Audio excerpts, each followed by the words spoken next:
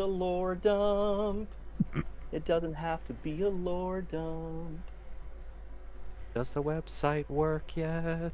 Did the website die?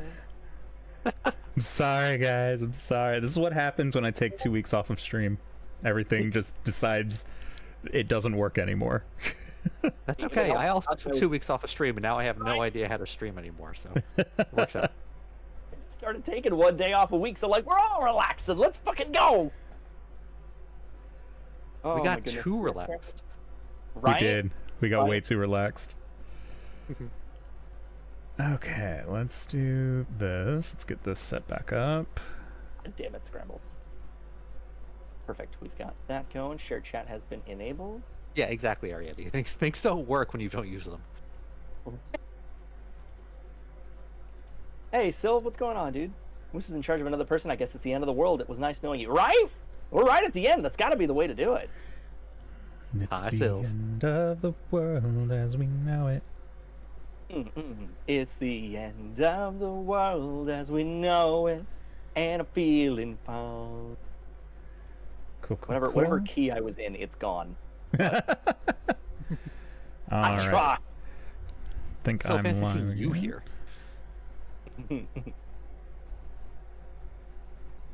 Let me see if I can get this music going again. Nope, drop out that one. That one's good. So yeah, I think I Minimize broke the everything in an attempt to fix everything. So How I feel that. That's okay. when everything Right. was working, that was actually just a devious ploy by my stream and by computers saying, "Oh, now we're all just going to collapse on you." Oh, yeah. Right. How dare you ask me to function at this time of day, at this time of night? In this economy. In this economy. Oh my great googly goodness. Okay, that should be Kenkubot. Go back to this one, and we push that button. And that button. I think it'd be really nice. It does keep us from moving. It's the only thing. That's really You know exactly That's why I right. bunked you, Ariadne. you know, maybe we'll stay here for a little bit. Zan, I appreciate the call. Okay. We have music again. We have Discord up. The stream is live. Should be good here. I am going to do this so you guys can't see what I'm about to do. Okay. Okay. The game world should still be up. Are you guys still in, or did you need to relog back in? It booted you out. You should be able to log it now.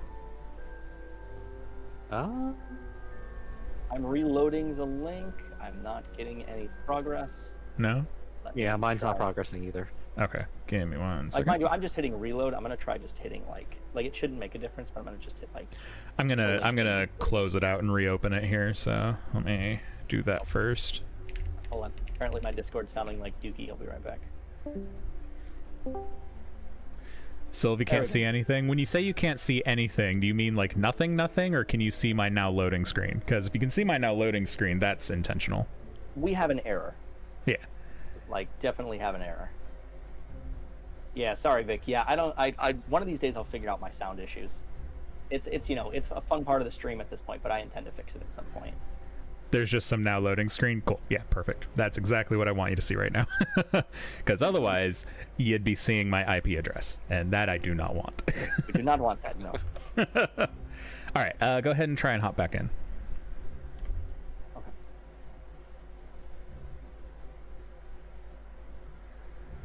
And some rando with an on-air neon in the background. Oh, you can ignore him. He's not important. Just ignore himself. That's just Discord does that. Is it Discord that just does that randomly? It's not just anything in particular? And here I was thinking it's just more of my audio issues. Yeah, Ariadne. Nice, Ariadne. I have your IP. I have your IP. That is the perfect emote for that. It really is. Any luck? Still not nothing getting on my- anything. Really? Yeah. Dang it. No loading. So by fixing things before, I actually broke everything, and then by fixing what I broke, I have now brought us back to square one. Hey, you know, you and I do the same thing when we fix things. That's all it is. That's all it is. What's weird though is it is actually showing that my connection is open, so I don't actually know why it's not working. So now I have a new issue. Really, really hard. I would be afraid of doing that. So let me try. Hey, Draco. Maybe doing. Yeah, Syl's got a point. If something doesn't catch on fire, it's not a real stream. That's true. Exactly. At least once per stream. It's like required at this point. Okay. Or 5 times per stream. You know, just. Ooh, yeah. It's good to have goals. You always want to make sure you hit that number. Wearing Victorian outfit for sushi birthday dinner. Nice. It's not my tech stream though. It's an actual tech guy's tech stream, which means it'll be fixed sooner than later. Oh yes. Yes. Here's the problem. Here's the problem with that thought, Moose. The actual tech guy having tech problems usually means that it's like the equivalent of a god-based action. I didn't know God rode natural ones. What the fuck? Oh my god. That's okay. It's better than my reaction right now, which would just be like fetal position crying. Same though. Thanks for the lurk, Ariety. Good luck on your OBS stuff. I mean, go for it, love. What do you have to lose? Best case scenario, we're there for a little bit. Worst case scenario, we flee into my company and, you know. It appears to be open. Maybe. What if I did this? I mean, respectfully, Hi, Savannah. You'd go to somewhere where you have people you know, which will already put you in a good place. Ooh. Ask Joel what you should put. Can't wait to see it, Ryla. I assume your creativity is going to be some new art for the channel. Savannah.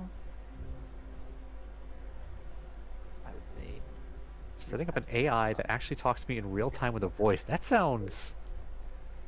See, I'm so old-fashioned that my first thought is like, that's creepy. But the reality of it is that's pretty cool. That's what Sergeant was.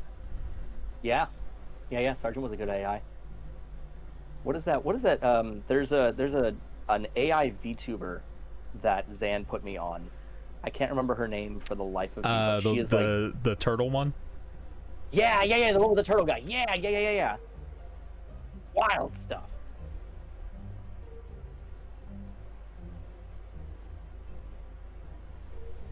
Forget what her name is actually now that I think about it.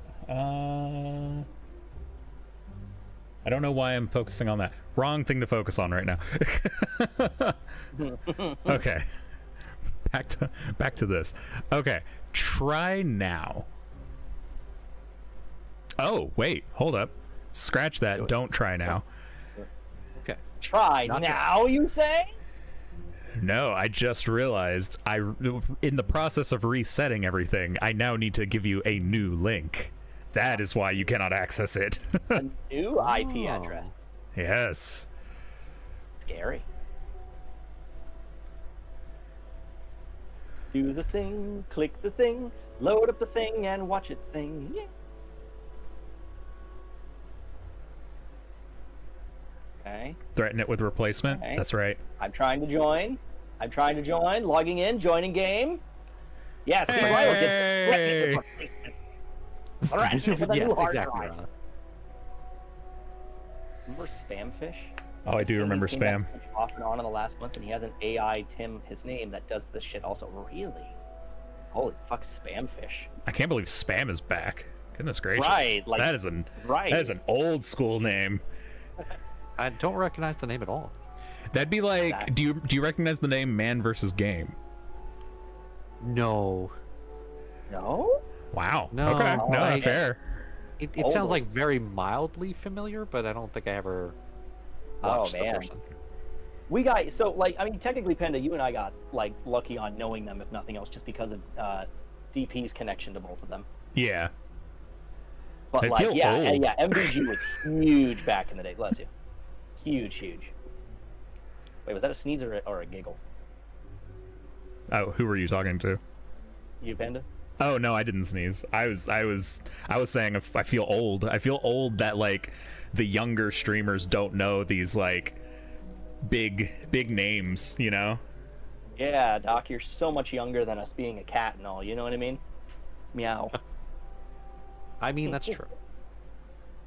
Right. Excessive profanity has a child? Hasn't he had a child? Right. Was it like that kid's gotta be old by now, right? It's like, isn't he like in his teens by now?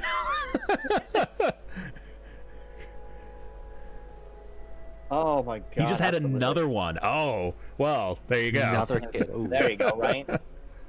Dracones, 100% do the thing. Go do the thing. Utilize your assets, do the thing. Hi, Lemo! Yeah, Doc, for reference, Man vs. Game was one of the first people to even have a sub button on Twitch. Really? Oh, wow. Yeah. Oh, that's Okay. fantastic. I love that. Make sure it's saved my biography. Hi, Lamo. Did. Oh, excuse me. Pardon me. Mini Wheat just graduated high school? Oh my god. Mini Wheat? Dear What? Lord. Jesus. This You know, is just this is just turning into a walk down nostalgia lane to remind me of how long we've been doing this. Y'all ready for this? Y'all ready for this? Dante is about to go into 7th grade. Ooh. Ooh. Congrats to him, but dang. He turned 12 in 11 days. Yeah, that's exactly psychic damage. Absolutely. Quick, deal psychic damage to the DM. It is At the 1d12 100%. easily. Yeah, easily. All right. roll a Well, D20 here, don't mind before 11 psychic damage. yeah, before I somehow break everything again, maybe we should start. Absolutely, let's do it. I'm so down for this. Let's go. Next we'll hear from you as we are gathered here today. God, yep. All right. Welcome everyone. Thank you everyone for joining us today, and thank you chat for joining us. I apologize that we will be minimally interacting with you guys, but I do hope you enjoy the show. Please sit back, relax, grab a drink, and hang out with us. Doc and Moose.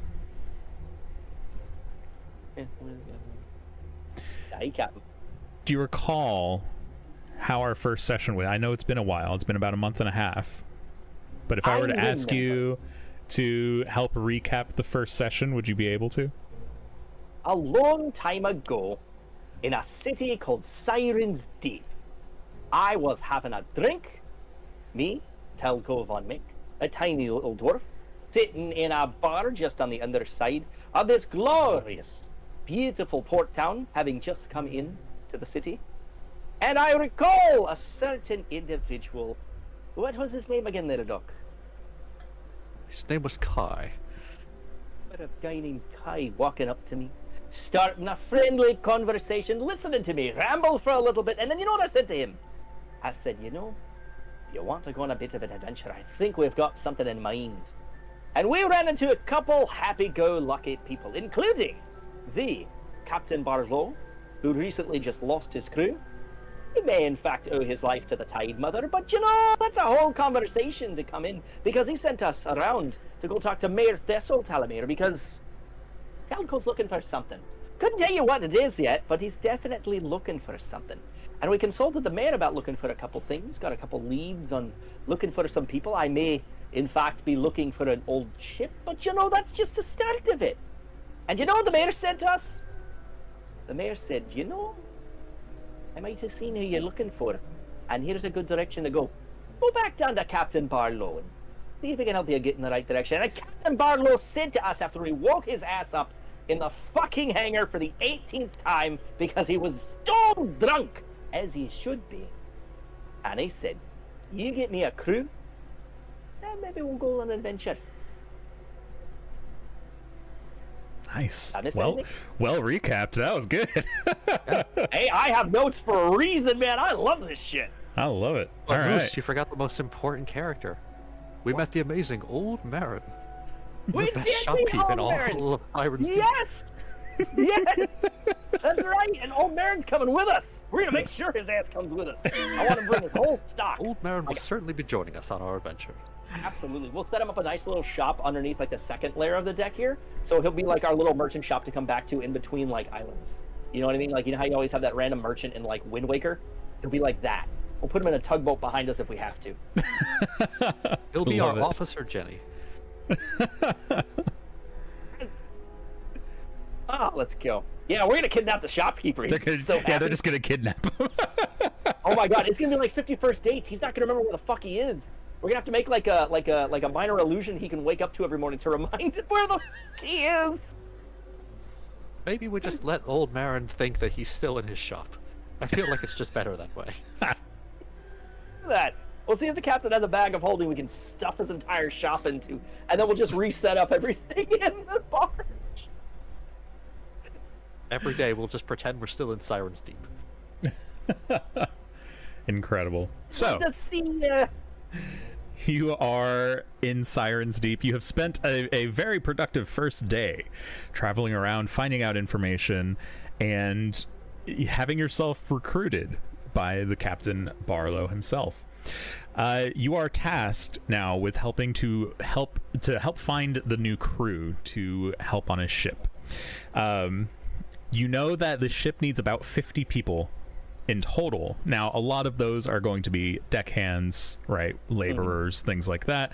However, as a additional mechanic that I am introducing to the game, there are going to be several special crew members of which you can sort of pick and choose from to help you in specific missions. So kind of give you an extra almost mercenary-like character that has their own special skills and abilities to be able to join you, and you can pick and choose who you feel would best fit whatever mission you're currently on.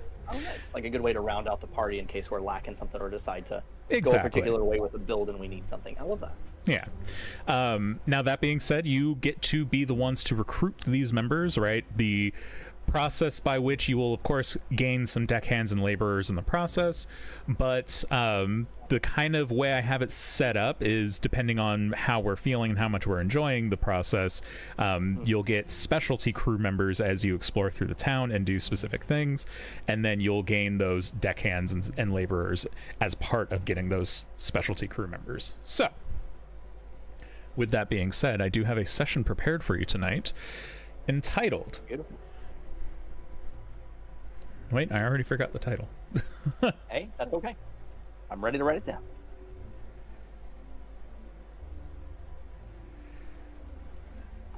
Saltthroat and the Cook-Off of the Damned. Saltthroat. And the cook-off of the damned. That's right. You see, I'm gonna because... have to get so used to using this. Are you using your giant pencil? Yes. Yes, I was not kidding. I'm going to use the fuck out of this. Like, this has a working eraser and everything. And I already fucked up the word damned, so I get to use it. Amazing. So is the cook-off of the dead like a Who pudding cook-off, where we get to yell and scream and stuff things in people's mouths? Well, depending on the direction you decide to go today, you'll either find out or you will completely bypass everything I've prepared and we'll improv the entire session. So... Oh, I like it. I would hate that. You hate that? I would hate, no, I mean that. I would hate to miss the stuff you prepared. Like, genuinely, I love prepared material. Well, just because you skip it today doesn't mean it won't show up in the future. Oh, I love that. I love that. Don't tempt me now. So, I guess, Panda, if you're okay with it, we can pick right up where Kai and Talco were standing in front of the captain, I believe is where we left off. I believe you left off actually heading back to the tavern to have a drink with him. So, if you would like to continue the evening drinking with the captain and do a little role playing there, you are welcome to. Or if you would like to move on to the next day and start your search, you can. I'll leave it up to you. I'm cool with getting started into the next day. Doc, how do you feel? Yeah, I think that's a perfectly fine. Perfect. Yeah, yeah. Okay. Let's dive into it. We lost a little bit of time tonight anyway, so Okay. I think that's fine. Yeah, absolutely. Sounds good. All right. So, the day greets you. The sun comes up amidst the fog. The Siren's Deep, the docks are typically fairly foggy as it is, and throughout the day it will start to burn off, but even in the early mornings and even into the mid-morning, that fog is still going to be rolling in. Kai, you are used to this. You have been here for several weeks. However, Talco, you are only on your second day here in Siren's Deep, so this is sort of not ominous, but it is certainly a different relation that you have to docks and ports that you have been to, because usually the fog will burn off by midday. Now, you awaken in the tavern. What would you like to do? You see Talco shambles out of bed. He's not a morning person. He's not a daytime person. And if he is a daytime person, it's a daytime drink. So regrettably, he knows he has to meet Kai downstairs. He shambles out of his room, dressed in his usual. And as he makes his way down the stairs, he looks around to see if Sulla's behind the bar there. Sulla, you running around back there? You see Sulla behind the bar, just making his gruel, making everything, getting everything ready. He served a couple of people already. The morning workers and laborers have already left for the day to get started on their tasks. But there are a couple of people who hang around, the regulars that you are aware of, the old lady who is tying knots, and of course a couple patrons who tend to wake up later as it is. Sulla behind the bar greets you. Aye, morning. Aye. Sulla, you seen Guy? He running around here? Haven't seen him yet today. Shit. Do you remember what room he's in? He's up in the common rooms with everyone else. Yeah, shit, that makes sense, doesn't it? Alright! I'm surprised you didn't see him. You're also up there. I'm not in. As he's walking away, like back up the stairs. I'm not a morning person, or a time person, or a seeing person. I swing. That's it. So he goes back up into the common area on the top there. Fuck, where the hell's Kai? Kai, are you still up in the common rooms sleeping, or have you moved on for the morning? I am already awake, but I'm just sort of out on one of the balconies watching the fog as it rolls by. Ah. I turn around and I just say, "Oh, welcome, welcome, good morning." I'm already wearing some leathers, just dressed for the day. On your Sunday best, I see. Love to see it. You see, he smacks his chainmail a little bit. Never hurts to be too ready. See, looks over the side. Never know when you're gonna get stabbed in the middle of the night. See, that's why I always say you sleep in your armor. You never sleep on anything comfortable, because the minute you get comfy, they get comfy. And when they get comfy, they get stabbing. And when they get stabbing, you get dying. And it's a whole... What's up with your fog? Doesn't this usually disappear by now? Does this stick around for a bit? Oh, this fog sticks around for most of the day. It doesn't bother me so much, but I suppose I'm a little tall for it, so that definitely helps. Tall bastard. So I'll leave you to wander in then, yeah? You be the one in front of us today, walking us a little bit. That'd be nice. Can't see a fucking foot in front of my face. I was talking to... Oh, shit. Fucking jump scares. Fucking me. Sorry. Nightmares. They come back to me sometimes. You reckon... Yes, the war. Yeah. Yes. We don't speak about the war. And you see he looks over at you. So, you've been here a little bit, right? You've been here, what was it, a couple days? Weeks? A couple of weeks now. Have you seen anyone that you think might be a good fit for the ship? If we're starting to pull names, right? We're gonna need big ones. Cooks. I assume that... let's see. And you see he tries to recall the conversation that they finished up with the captain last night. We need cooks, we need ship hands, possibly some type of merchant to sell off stuff that we find. You haven't got recommendations there, Kai, since you've been here a bit?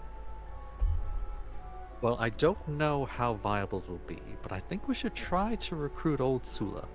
I think that would be a pretty good addition. Sula'd be good. Never hurts to have someone who can prepare a meal and prop a drink up for you. I don't know if old Grinna would be able to go there too. She's busy making the nets for the good luck charms, but it wouldn't hurt to have somebody good with the cloth to, you know, sew up some things here and there. You know? I agree. It couldn't hurt. Let's see. Do we want to bring old Marin? That cookie one from the shop. Can't remember a damn thing. I can't imagine a journey that didn't include old Marin. I see. You know, I dreamed a bit about it last night, being off back on the sea for a bit, full crew in hand, and old Marin down in the shop there, tending to things, letting things go as they were, you know. The good shit. Okay. You know who I had a dream that I married old Marin. The reception was lovely.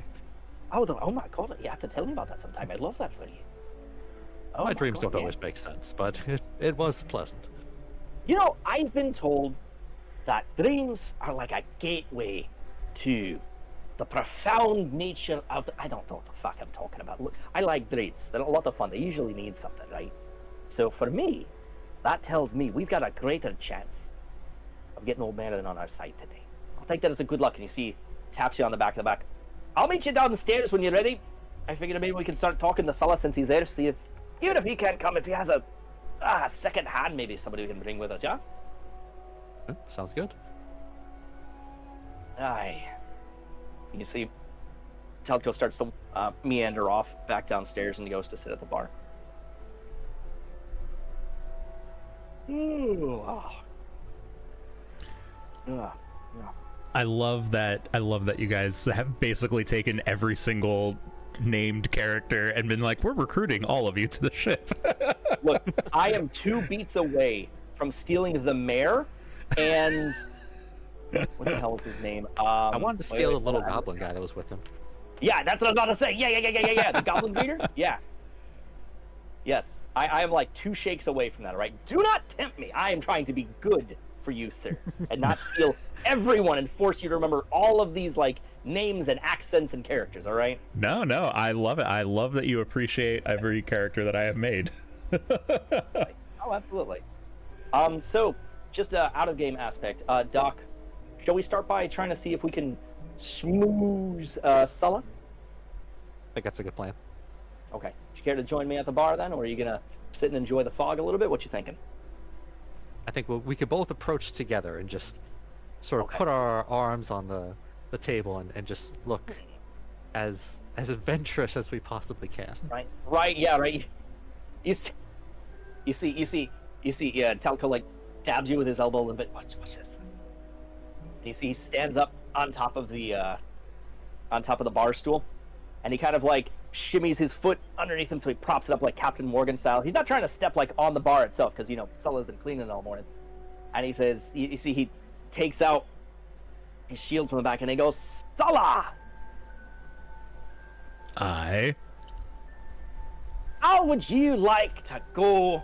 You see, he nudges again over to Kai. I got this. Ready? On an adventure. I've had plenty of adventures already. Have you now? And he flashes. Have you ever been on an adventure underwater? And I just kind of like raise my dragon eyebrows up and down. I have, in fact. And he kind of flashes his prosthetic hand that he has. It's covered in coral, and he says, "Used to be a sailor myself, actually. Got this. Fighting off some crew in the briny deeps." You see, he points his shield down at Kai. Do you think he has a second? Say, Sulla, if maybe not you, do you have perhaps a second? Maybe someone in training that needs to get a little bit of their feet wet. Very wet. Like bottom of the ocean wet. just completely buried under there. I mean, we wouldn't leave him there, obviously, but you know what I mean. So, do you have somebody by chance who would love to go on an adventure that works the tavern aspect as well as you do, makes the grub as well as you do? Someone who doesn't mind drowning, but not death drowning, just normal drowning. Just normal drown. Wait. Right, it's not quite a kiddie pool. It's not quite the bottom of the ocean. It's a little couple feet off of there, but in semantics.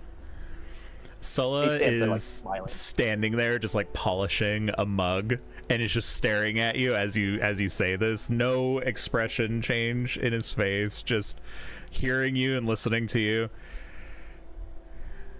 I don't have any apprentices, but if you're looking for a chef, you're looking for someone to join your crew, you can try down by the docks. People come and go all the time. You know, that's a great place to start. Aye, and you see turns to you. Find old Grinner. She's probably down. No, wait, she's probably here in the bar. Find old Grinner. See if she wants to come. Old Grinna is actually sitting at a table not too far off from where you currently are, and is able to hear your entire conversation. Entire conversation. Oh, okay. For comedic effect, I was hoping so. She is sitting at her usual table, which is close to the bar, able to kind of quickly get drinks delivered to her, knotting and unknotting some rope.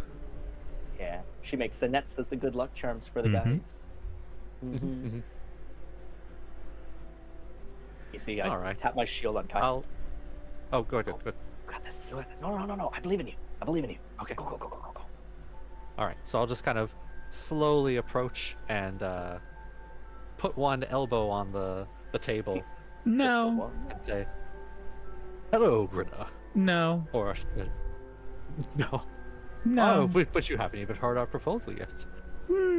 I don't need to know. But I'll tell you what, dear. When you die, I'll make sure to untie your knots for you. Kind of look back to Talco like, this isn't working. Sure. Did you tell her it's gonna be a grand adventure? Did I tell you it's going to be a grand adventure? Oh, I'm sure it will. But these old bones can't sit on a ship much longer than, well, you could sleep at night. I sleep a good 12 hours every night.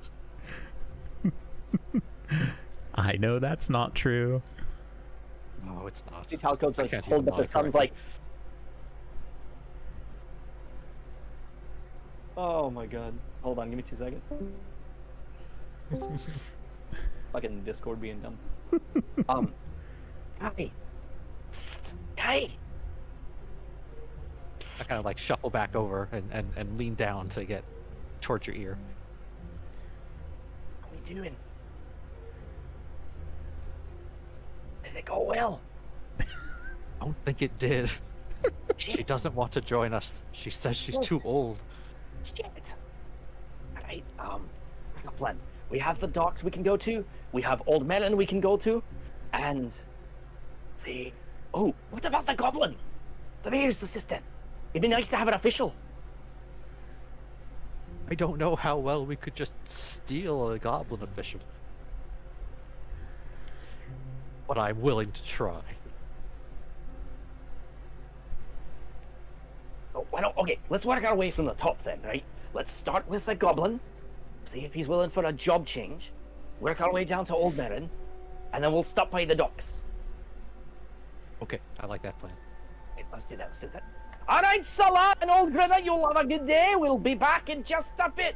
It's really awkward. We should get the fuck out. Of course, dearie. We'll see you soon. Go. All right, so we kind of scoot out of the bar there, and we'll slowly make our way up to the top of the town. Incredible. Oh, that was awkward. All right, we did good though. We did good. Good? Yeah, we did good. Pretty We did sure our we did best, and that's Yeah, we what's did. important. That's the one. See, I knew I liked you.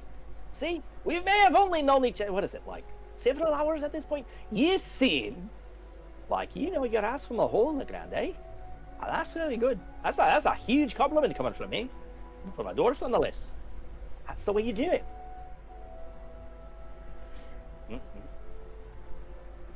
Now, let's go see if the mayor really needs his goblin. I'll lead the way through since I can see a bit better through the fog. Yeah, if you don't mind, And we'll make our way to the mayor's office again and stand outside of his doors. Right, we're just waiting for the goblin at this point. And while we're walking, we work on like this pitch, right? Like we work on like the pitch. Oh, please tell me the pitch. Right, so here's what we do, right? He's gonna open the door. He's gonna say, "May I help you?" And we're gonna say, "Well, yes, you can help us by coming on a grand adventure and being our associated notekeeper and general." What the hell do they call the people that write in the books? Bookkeeper? Keeper for the ship, the grand ship of. Shit, what the hell was Captain Sparrow's ship? Did he tell us the name? I don't think he did. Shit. Damn. Once we become captains of the ship, we'll rename it anyway. Right, that's right. We'll rename. We'll make up something on the way there. You got this. All right. So, Just real quick, you actually do know the name of the ship. It's called the Driftmaw. what is it? You do know the name of the ship. It's called the Driftmaw. The Drift Maw. Okay, let me write that down. Because for some reason, I did not have that written down. Also, did you just say you were going to become captains of the ship? Are you already planning a mutiny? You heard nothing. You heard not. The captain heard nothing, sir. Respectfully. Maybe we can rename the ship after the goblin if he agrees to join us. The bookkeeper. We'll call it the Keeper Book. Mix it up a little bit. Make it a little nicer, you know? Ooh, I like it. Right? Flip it around. See? What was it? He's the captain of... What was the name of the ship again? The Driftmaw. The Driftmaw. Oh, that's nice. I like that. Gives me, like, Davy Jones vibes. All right, let's go see our goblin friend and watch this go up in flame, shall we? Amazing. So excited. All right. Okay, so you come up to the mayor's door. A very gentle click, click, click, knock on the door. A couple moments pass, and you hear the door start to unlatch and unlock in a creak as the door opens up, and you see a familiar goblin face in front of you. You see immediately Talco starts to get really nervous, starts to sweat a little bit. Don't worry, I'll handle this one. And I begin to speak in goblin. Oh. I Very say, nice. "Good sir, would you like to join us on a wonderful adventure to the high seas, filled with treasure and danger of all kinds?" I'm just waving my arms because I have no idea what the fuck's being said, so I can only assume it's cool because it sounds cool. Whatever he's saying, it's gotta be great. So the goblin kind of looks up at you and just what? I don't. Can you speak common? Do you have an appointment today? Goblin. In retrospect, it was kind of racist of us to assume that the goblin who spoke to us in common spoke any other language. You know what? I tried my darndest. What do you mean? What happened? Oh! Hello, sir! And you see just Talco's frozen. He's tongue-tied. He doesn't know what to say next. His arms are just like up in the air, just a big smile on his face. He's just sweating bullets. Guy! Hey, back me weird! Guy! I'd like to take his face. Plan was to invite him to a daring adventure. It's all right. Do you have an appointment today with the mayor? No, feeling great. You no, have an appointment, sir, with destiny. I do? You do. You are going to join our crew and join us on an amazing adventure through the high seas. I am? And you'll make a great bookkeeper too. He says, like, loudly and for no reason other than to save. I will. Yes, you will. Your name will be in the annals of history, and we'll definitely name our ship after you. I don't know what to say. When did the boss approve of this? I'm so excited. I have to pack.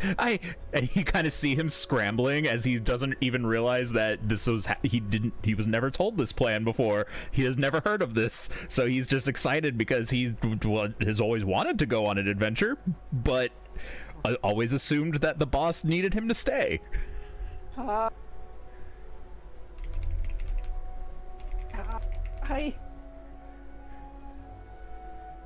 I think this is going very well. He seems really excited about it. I'm gonna go right now. Boss, thank you so much. And he runs into the mayor's house and just like he's screaming, just so excited that the boss would allow him to do this. We don't need to tell the boss that he's coming with us, right? Technically not. He's a free man. You can make his own decisions about that. Yes. We Is this don't gonna need to blow give up him a sock or anything, do we? The mayor comes out of his office and he sees the two of you and he says, I'm sorry, what is happening right now? What is all the commotion? Oh no, we've been caught.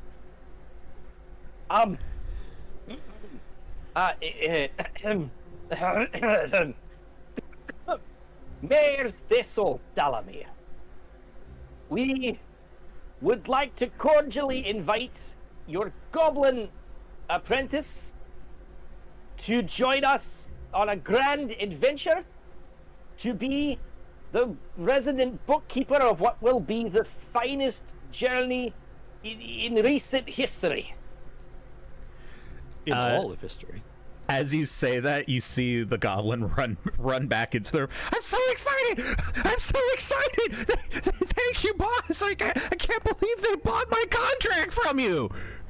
And then he runs back into another room into the side to grab more things. Apparently you have bought his contract.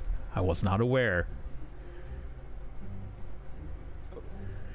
Did we have to buy his contract to get him to join us? That is typically how these sorts of transactions work, yes. How much would his contract be, perchance? Just out of curiosity, what's the That's usual curiosity. going?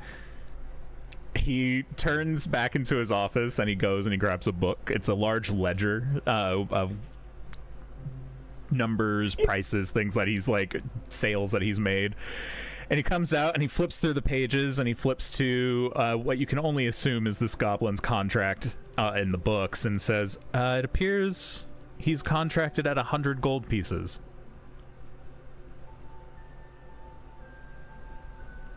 Come, I don't think we have 100 gold pieces.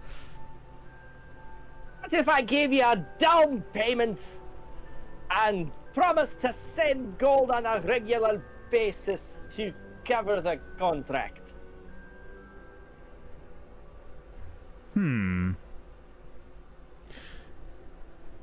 I suppose that could be arranged. Give me a persuasion check. Beautiful. Oh, shit! I'm actually really good. I'm actually at a +3 for persuasion. I would hope so. You're a paladin.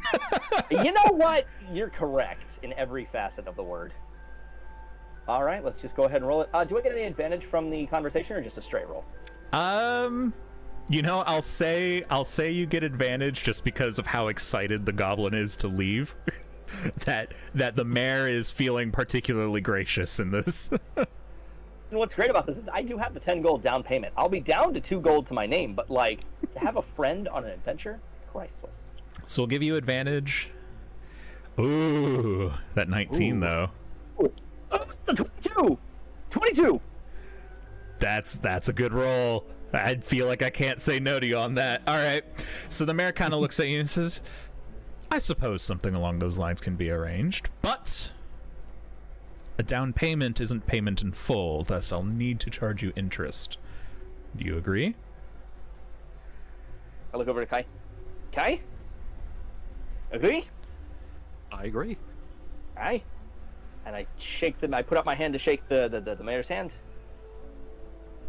I haven't even given you the terms, but okay, if you're accepting. And he shakes your hand and quickly jots a few notes down. He says, "Well, I suppose I'll expect your down payment now, and then we'll continue seeing some money coming in from you in the future." Hi. You see, he turns to Sky. Guy. Psst. Yes. I've got 12 gold. How much do you have? I still have 23 gold. Yeah, what? No, you're a third Can of we the do way 5 there. and 5? What if we I each think do that's 5 and worth it. 5?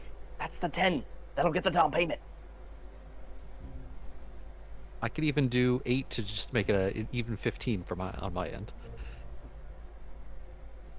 Right. So I do 8 and 2. Hi. Oh yeah, that'd be great actually. I could have 10 gold left to my name. That'd be great. Mayor Thistle. And you see he takes out the 2 gold from his pack. I bequeath to you my portion of the down payment. Kai, if you be so kind.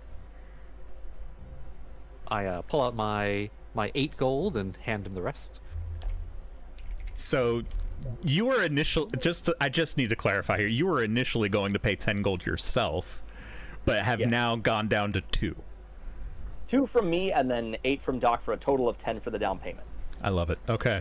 I'm making note of that specifically, by the way. So when they come to Moose break now our has knees, more they break. than Moose now has what? 10 gold? I have 10 gold left, yes. Because I did a lot of so buying. Moose to has get 10, that I have off. 15. Yeah. Okay. All right. This is going to be very important. I'm gonna make an NPC page. Excellent. Let me take some notes here. Apologize. This was not part of what I had prepared, so I am writing this as we go. We have a goblin see. friend now. We're gonna train him to be a rogue. We'll have him steal stuff for us. He'll be like Jiminy Cricket from fucking Kingdom Hearts. Oh, I'm so excited. We could do Trinity attacks with him. We should do Trinity attacks.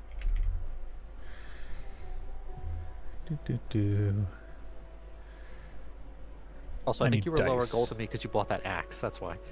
Yes, that's exactly what it was. Yeah. Oh yeah. This is so exciting. So, Doc, this is one of my favorite things about D&D. Recruiting random NPCs. Because there are some who are dice goblins. There are some who are loot goblins. I make friends. I am a friend goblin. Well, now we've got a new friend. Hell yeah. I thought /D100 would let me roll a D percentile, but it did not. it not? Oh, hold on. Maybe it's literally D percentile. Nope, it's not. Okay. That's weird. Oh, sorry. I was testing my button to make sure that still worked. Okay. No, you're good. You're good. Oh, I can click the dice after it rolls. Oh, I can pick it up. You can Well, cheat it. Just say 20, that it was yay! recorded. It does disappear on my screen after you pick it up, by the way. Oh. So I can't see what you're rolling after that. No? All right, now we have to get goblin stats. Oh, There it that's is. exciting. Aha. Hey, there you go. I did waste the 20, right, Deuce? I shook the dice so much it landed on a 20. And that's my natural 20 for the night. That's it. Oh, fucking. Okay. So, I have made some notes. You see the mayor jot down a couple of things and tear a slip out of his book and hands you the basically rolls it up as a scroll and hands it to you. Meanwhile, your new goblin associate just runs through the house packing various little things, mostly junk, but you know, one man's trash is another goblin's treasure. That is. Hell A whole yeah. ship for him. So this We're gonna have a whole goblin goblin ship. so this goblin runs up to you. I'm ready. Where do you need me? Where should I go? All right. And you see, Mayor Thistle, it was a pleasure. Thank you so much. Of course. Make it a point to keep in contact. Excellent. I expect payment on the weekly. Thank you. Aye. And you see as we start to kind of like walk away from the mayor's place. So, little one, before we issue you a formal declaration of what it is you're going to be doing, let's start with the important things. My name is Telco. What's yours? Snatchgrin! Snatchgrin. Snatchgrin. A Snatchgrin the Goblin. Amazing. I love him. If anything happens to him, I'm killing everybody. I'm letting you know now. Amazing. Goblin. We'll kill everybody in the room and then ourselves. Right. We own his contract. And then an obligation under that will be 10. What was it? We're sending gold weekly, right? Weekly, yes. Weekly gold payments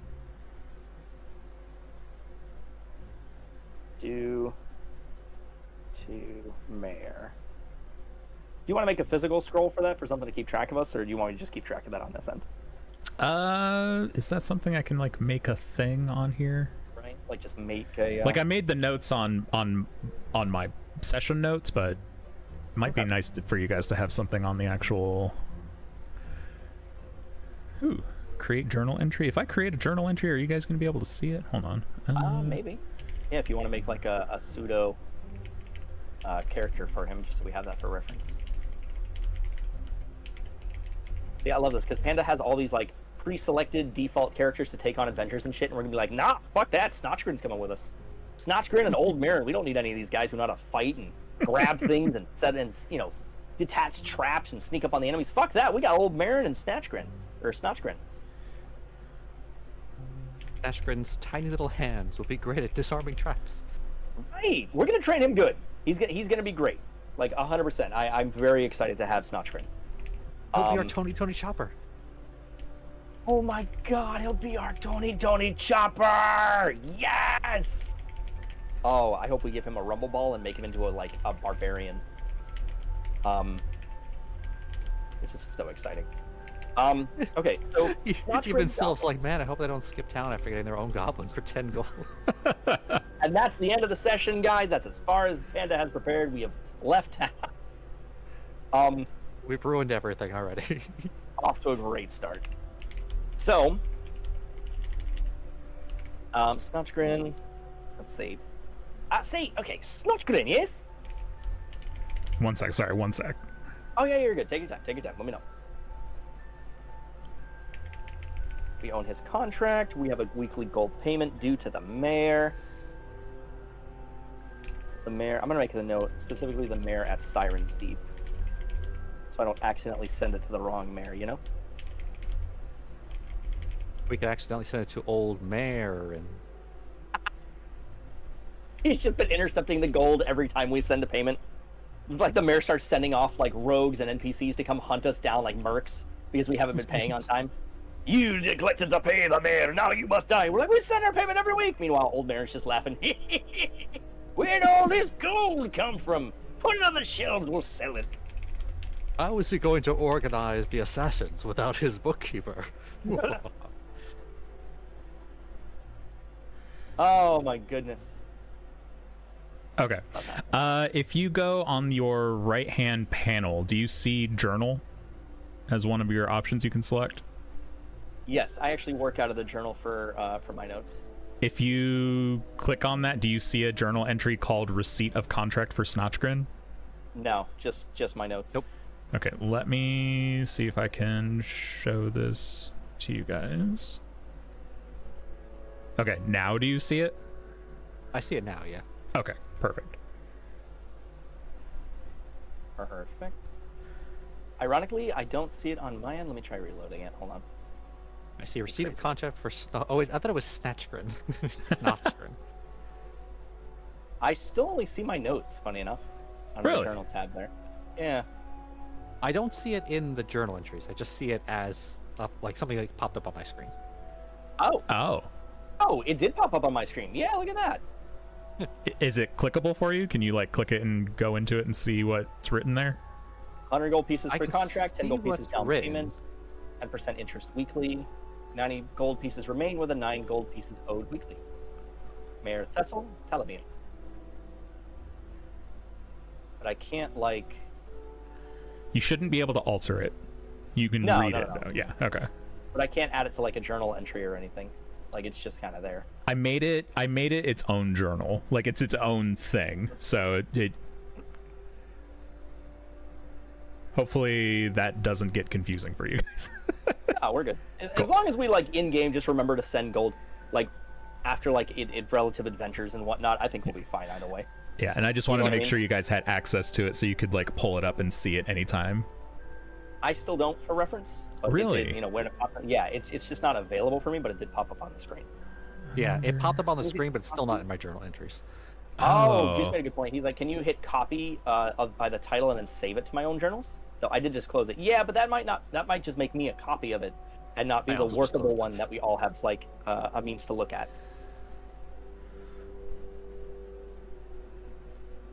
Aye. So we own Snotchgrin. Snotchgrin the goblin, doodly-doo-doo-doo-doo. Snotchgrin the goblin, doodly-doo-doo-doo. Ideally, Snotchgrin the I'd like goblin. you guys to be able to actually see and be able to access it at any time. So if it's not... Yeah, it's not. It's like it popped up again on my screen, but it's still not a journal entry that I have access to. We can always fix that on the next go around, though. There's no rush on that. What about now? Okay, go for it, Captain. Yeah, actually, I see it in my journals now. Yeah? Hey, there it is. Hey, perfect. Okay. So all Beautiful. I'm going to ask, I made you guys owners, which is probably why it was keeping it from you being able to see it. Inconceivable! But yeah, so just all I would ask is don't alter the the writing on it. Absolutely. No worries across the board. Cool. Put it Excellent. down to 1 gold weekly. Got it. Right, yeah, exactly. What's that? No percent on the interest rate? What a kind, giving, beautiful mayor who may have attachments to, the people down below, but still what a great mayor. All right. So I turn to Snotchgrin then. Hey, Snotchgrin! Nice, what a nice name! I love that for you. Now, what is it you do for the mayor? What do you like to do? I open doors. I love that. I love opening doors. I can open all the doors.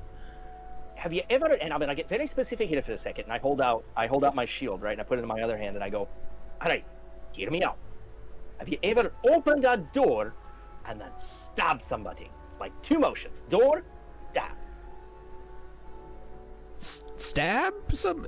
I've never stabbed anyone before. No. I don't. And you see, like, I pull him in like in a big hug. Oh, we're gonna teach you some excellent stabbing. And if you do it right, you might even be able to get yourself a blessing of a certain deity that might be able to help you. Really? Oh yeah, look, I'll tell you all about it at the right time. Kai, say hi. Hello, Snotchgrin. Welcome to the team. Hi. What's you said your name is Kai? It is. Oh, nice to meet you, Kai. I'm Snotchgrin. Gotta kneel down so I'm closer to his level and just shake his hand. He shakes your hand. We're It's gonna be on very many small adventures compared to together. yours. It's going to be wonderful. I love it. In before Snotchgrin dies before the end of Act 1. Snotchgrin's gonna die by the end of this episode. Make it to the end of the cook-off. We're gonna cook Snotchgrin. Damn it. It's gonna be delicious. Incredible. Snotchgrin, let me ask you then. You seem like the type of goblin who likes to learn things, eh? Yeah, I can learn things. Perfect. All right, we're gonna teach you so much fun stuff. All you've got to do is stick with me and Kai, and you'll have a grand adventure. Are you excited? I'm so excited. Yeah. This is gonna be a good one, night. Kai, what say And hear me out. Just throw this out here. I know old Merrin's a bit of a fucking wacko, but do you think he'd want to go on an adventure? I don't think old Marin would remember if he joined us in an adventure, but I do want him to join us. Let's maybe give it a shot. Maybe we can keep his attention for just long enough. Maybe he'll agree to it, right? And then he'll forget. And then we can come back and say, oh, you don't agree. Oh, wait, hear me out. And I stop like in my tracks. Kai, old man can't remember shite, right? Right? Right. Hear me out. We tell him he's already agreed to join and that we'll be leaving later today, so he should meet us and the captain down by the docks, fully prepared to go. Devious. I love it. It's But wait, is he going to remember to join us down by the docks? Shit, right, that's a good question. We'll ask him last today.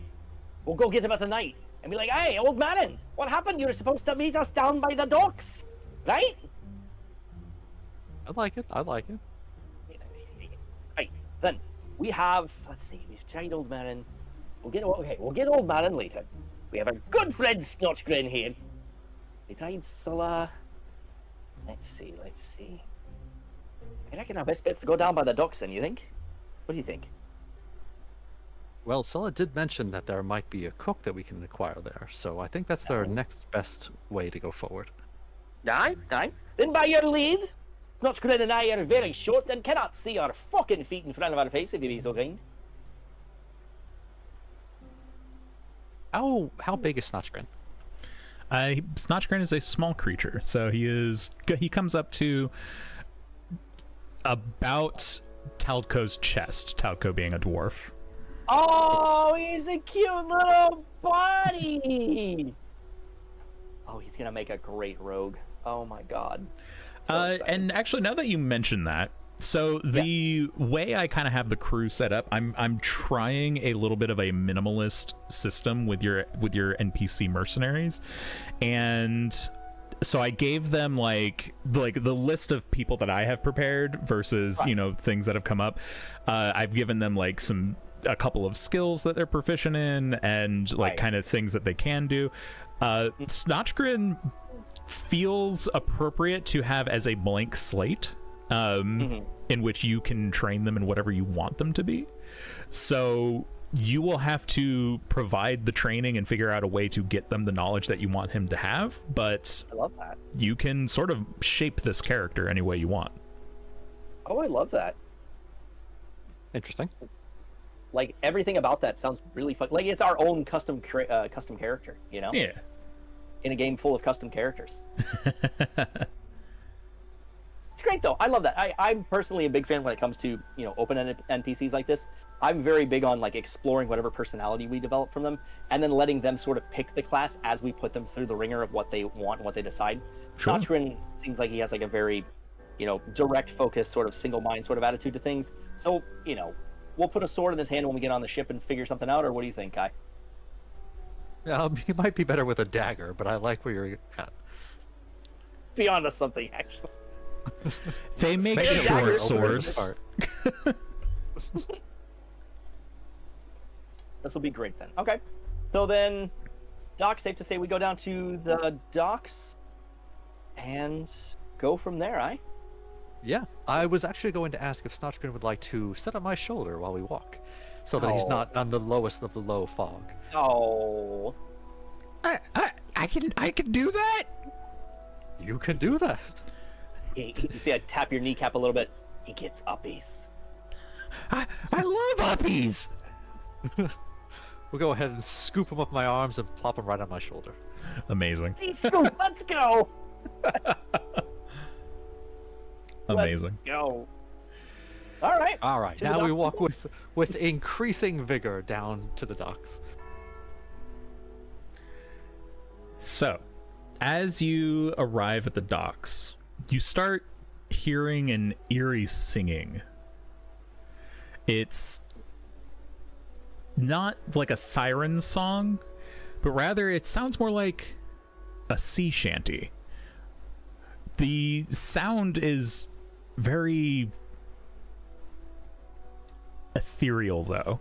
So not a sailor, not someone who's nearby on a ship trying to get things rigged together, but rather sounds as if it's coming from beyond the veil itself. As you walk through the docks, you notice that a crowd has gathered. Some of the street vendors, some of the dock hands, some of the sailors. They've all gotten around a barrel, a brine-stained barrel that has some coral attached to it. Looks like it's been soaking and came straight out of something like Davies Jones's locker. Appears to be the source of the singing. What would you like to do? I reckon we can just get a little closer then, eh? Yeah, I'd like to approach and see what's going on over there. Sure. At the very least. As you approach, you see, again, just some sailors, some dock hands, some of the local vendors. They're all looking around, and you see maybe something almost glowing, maybe perhaps written on the barrel itself.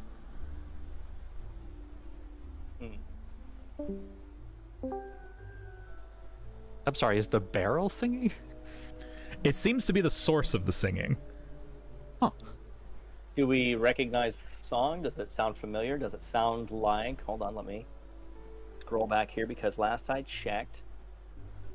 Does it sound like the singing that comes in with the tide? No, it does not. Does it sound like the music box that we heard in Old Marin's shop? No, it does not. But good questions. No, this sounds like a sailor's sea shanty, but one that you may not be familiar with. If you'd like, you can roll me an investigation check, or see if you can try and figure out any more information. Absolutely. I would love to roll a investigation. Doc, you want to roll first? Sure. How do I access that again? When you have the character sheet up, if you're just looking at like your main page, you can just click on the skill itself and it'll roll it with your modifiers already added in. Okay. I got a very nice. 17, but I got a -1 as well, Very nice. so. That's okay. Do you want a separate check from me there, Penda, or? Yeah, if you could both give me investigation Yeah, checks. of course. Hey, also a 17, so I got an Nice. 18 total. Nice. So a 16 Yeah. and an 18. Nice. So as you sort of investigate, this comes from a few different approaches. You sort of kind of question what people are looking at, see what maybe what you can figure out from looking at the barrel itself, and you can kind of grasp that this barrel's covered in what appears to be some sort of necromantic runes. They glow in an eerie shade of green, and as you've been sort of chatting with everybody else who's standing around the barrel, a couple people in particular seem to have a little bit of insight into what might be happening. One, Molly Crumhook, who is a food vendor here, says she knows a legend that might be appropriate and might be tied to this, and may have more information if you would like to talk to her. As well as a dockhand named Vero, is a very superstitious person, and just claims that the barrel is alive and is singing, and is very clearly convinced that the barrel itself is what's causing all of this, and that it's winking at him all the time. I tap Kai on the small of his back. Hey, hear me out. What say we go talk to the loon first, and then the one that sounds a bit more sensible? I like that plan. Aye. All right. Let's go. What was his name? You said there. The superstitious one. Yeah, the crazy guy who thinks the barrel's talking to him. That would be Vero. Barrow. Barro. That's correct. Beautiful. I'm gonna write in a tiny note here. Crazy as fuck. Here's Barrel. So I guess as we meander on over to Vero, I just kind of like, is he like rambling out loud, or is he just like keeping to himself and rambling amongst himself? Like, what's he doing? He had been rambling at one point, but he's sort of quieted down. He's not really looking for attention here. He's just, as he sees things, he starts to go off. Okay, so with I guess without startling him, I tried to like gently approach him and say, "Hi." Hi. Is everything all right? Okay? Do you hear it? Do you hear the singing? Hear what? What am I listening for? The barrel? The barrel. Yeah, you hear it. You hear it. The barrel is singing. Aye. What's it saying? It's singing a sea shanty. It's an old one. It's an old sea shanty. I haven't heard this in ages. Ages, you say? Ages. Why ages? When's the last time you heard it? It was a sea shanty sung by the crew of an old ship, one that went down. It's in the sea now, and no one sings that song anymore. Aye, why don't they sing the song anymore? Everyone died. They're all gone. No one remembers it? Well, we remember it, but you don't sing a dead crew's sea shanty. Aye, that's disrespectful to the old crew. Aye. What was the old crew? Did anyone come back? Did anybody survive? No, they all died, but they didn't die together. They died for different things. It's just That's okay. The barrel. The barrel must be from the ship. Must be. Why? Why is it from the ship? What makes you think it's from the ship? Just the shanty? Why else would it be singing? Look there! Aye. Look there! Aye. Did you see it? No. What happened? What did it do? It blinked. The barnacle there. It blinked. Aye. The barnacles do that from time to time when they're looking at things. Is that one looking at you? It is. I swear it is. Do you want me to go get it and take care of it for you? Would that make you feel better? Don't touch it. No. You can't touch it. It might curse you. Yeah. Oh no. Didn't you hear the bells? Didn't you hear the bells toll? No. What bells? Tell me about the bells. They tolled twice. Aye. There it is again. Oh. Did I actually hear that? Do you hear the bell tolling? I did. I heard a bell toll, yeah. Yeah. Oh God, that's scary. Die? It's tolling. That might just be an indicator of a time of day, you think, though, eh? No. No, that bell tolls when it's trying to protect us from the evil spirits. From the evil spirits? What kind of evil spirits are there? Should we be worried? The spirits that haunt the Sirens Deep. The spirits that they don't want to be forgotten. They can't be forgotten, so they haunt us. But the tolling of the bell, it protects us. Aye, the tolling of the bell protects us. So the barrel is a plight on this land, and it should be. What should we do with the barrel? I don't know. I don't know. I don't know why it's here. I don't know how it's still here. I don't know why it's staying here. The bell should be protecting us. Right. Did you see who took it off their ship and brought it here, or did it just wash up? No, it's just here. It was just here. Here? It's just. Oh no. Okay. Hey, and you see, like, throughout this conversation, Caul has like a genuine like interest in this guy. Like, he's not trying to like judge him or make fun of him or anything. He's like, hey, it's okay. Hey, look at me. I want you to take a deep breath in. Don't look at the barrel. Look at me. Deep breath in. Deep breath out. Now, Give me a persuasion check. Sure. Oh, that was shit. so close. That was so close to a natural 20. 11. I know. 11. I'll say that's good enough, though. In this case, you're talking very gently. You're being very kind, and the Vero just kind of. It's okay. Breathe. Hey, there you go. Hey, do me. You see the bar over there, the one that Sula runs. You know Sula? Solo, yeah, this is Solo. It's great. Aye. He's a great guy. Here, do me a favor, and I hand him a couple copper. Go get yourself something to drink. Tell him that Caul said you can have something you want, okay? Yeah. What about the barrel? That's okay. We'll take care of the barrel, I promise, okay? You see, he gives him a little wink, like, it's okay. We'll take care of the barrel. You'll take care of that. You'll take care of We'll it. take care of the barrel. Don't worry about it. Okay. Yeah. Okay. Yeah.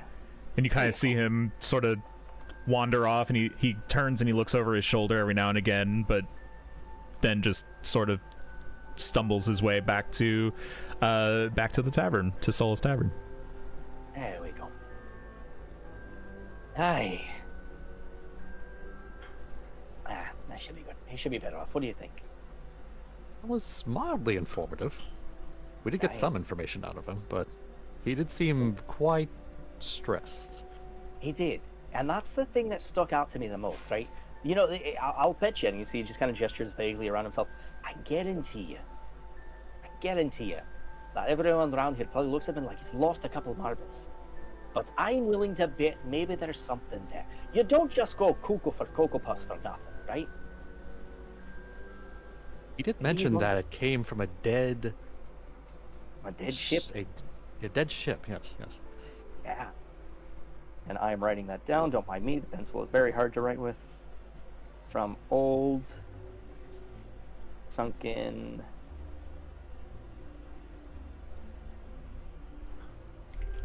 ship. And you see Talco slaps his knee. Damn, forgot to ask him the name of the ship. That's all right. Well, maybe we'll have more luck asking someone a little more... Right. put together. Right. That's the way to do it. And who was the other NPC there, Panda? That was that would be about... Molly, the food vendor. Molly. Molli Perhaps I'll check for the record. my try at Molly and see if we can get any information from her. Aye. Go for it. Or, I guess I don't know her name, right? Yeah, I guess you wouldn't know her name at this point. Yeah. There's an inquisitive-looking woman standing over here. I'll ask her if she knows anything. Yeah, you approach. I'm gonna stay with the barrel a little bit. You approach as this halfling woman who has been selling food all day. As people have been sort of gathering and kind of wondering what's going on with this barrel, she's got her arms crossed and she very, very clearly seems to know what she's talking about. And she's, I know exactly who this is. No, it's fine, everyone will be okay. But if you're interested in some snacks while you observe the barrel and listen to his sea shanties, you can certainly purchase from me. Well, I'm not quite in the mood for snacks at the moment, but I was wondering if you knew a little bit more about what is happening here with this barrel. Oh, of course. It's an old chef's legend, but I'm sure that's what's happening here. Ooh. Well, I am all about legends, so please share with me. Oh, I'd be happy to. You see, back in the olden days, a long time ago, well before any of us were sailing around here, there was a ship known as the Vantress Bloom. And, well, the ship itself went down. Many of its crew actually survived, but would go on to... Sorry, I just heard myself in your mic and it threw me off.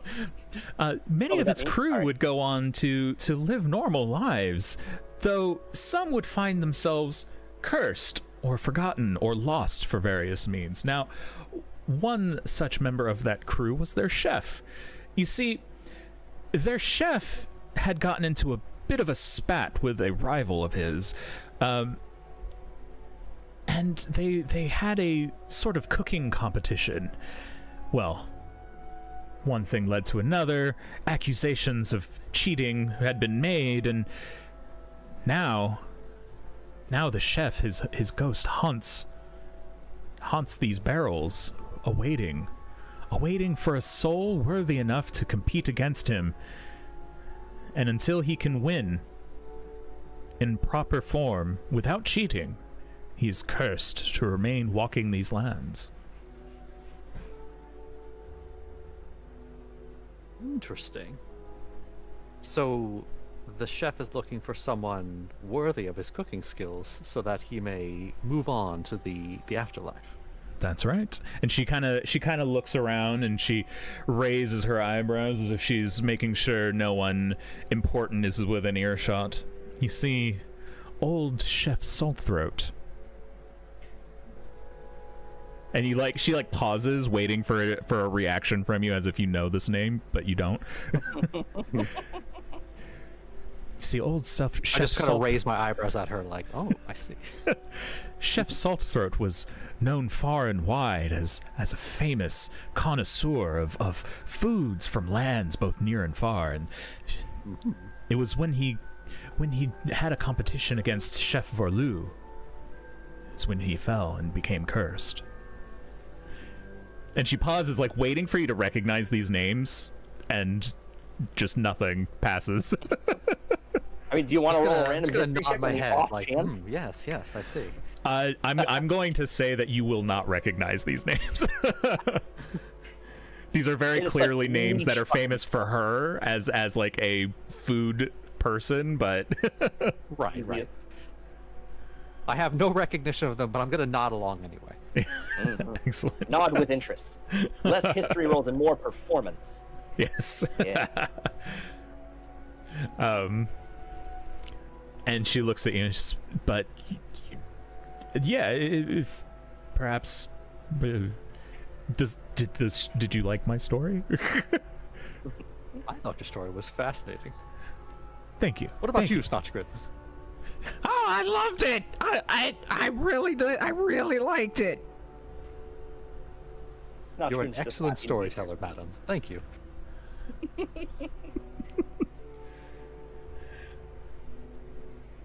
If Snotchgrin approves, we approve. Yeah, if Snotchgrin approves, we approve. Hell yeah. Perhaps Snotchgrin would be interested in a snack. Would Snotchgrin be interested in a snack? I say, just kind of tilting my head. I would love a snack. I love food. Food is so good. And you see the halfling's eyes light up, and she quickly turns and goes to her stall, and she brings back tokiyaki, which is not something that a lot of people prepare, but does seem appropriate for this particular area. Absolutely. And she hands it. She kind of says, "It's only 5 silver." I guess we could spare 5 silver. For good old Snotchgrin. Excellent. So you make your purchase, and the tokiyaki is handed off to Snotchgrin, and he is very happy. Oh, so good. Do you want a bite? I would love a bite, and I take the tiniest little bite that I possibly can, since I'm a lot larger than him. Amazing. Those are like squid balls, right? Yeah. Okay, yeah, just making sure. Okay, so we've got 2 pieces of information. Obviously, assuming you come back at some point and catch me up on that. It'd be great if you didn't, and you actually just hid that information. Right? Yeah, right. That's right. That's why I always ask. It's up to you what you want to do with that information. Well, I definitely want to pass that information on, but I wanted to ask one more thing before we leave Mary. Of course. I did want to ask, how would one, say, challenge Chef Saltthroat to his cooking competition? How would one begin the challenge? Well, I suppose you could ask him? And you can see she kind of has a blank look on her face, like she's never been asked this before. It's just, you could just pose the challenge, I suppose, to his ghost in the barrel, maybe? All right. Well, thank you for the info. I suppose that's one way to do it, for sure. Now when you go and talk to this NPC, she has repeating dialogue. Care to buy some takoyaki? Care to buy some takoyaki? You're saying you're not going to try and recruit this one? Yeah, that's what I was waiting for. To see if Doc, if you were going to push that. Oh, I'm so sorry. I got distracted for a second there. That's okay. Do you think we should try and recruit her? I mean, she is a chef. We do need a chef. I mean, that's a pretty good idea. You know? You want to give it a shot? Mary, may I ask, are you You'd like perchance another? interested I in knew joining it. us I knew you on would an like another adventure? one. Oh! I'm sorry. I didn't mean. I'm sorry. Did you ask me to join your crew? We do have a crew that is building, including the amazing Captain Snotchgrin here. I'm the captain. I'm the captain. I see. Does it pay? It pays when we find some treasure, which we will on our amazing adventure. Uh-huh. So no. It's like an intern.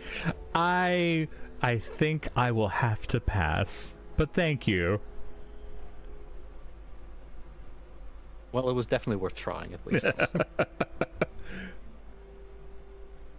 The only sensible person here looking at us and being like, yeah, enjoy your takoyaki, man. What the fuck? Goes home later that night, Dad, you'll never guess what the fuck happened today. Right. Oh, my goodness. So, what would you like to do?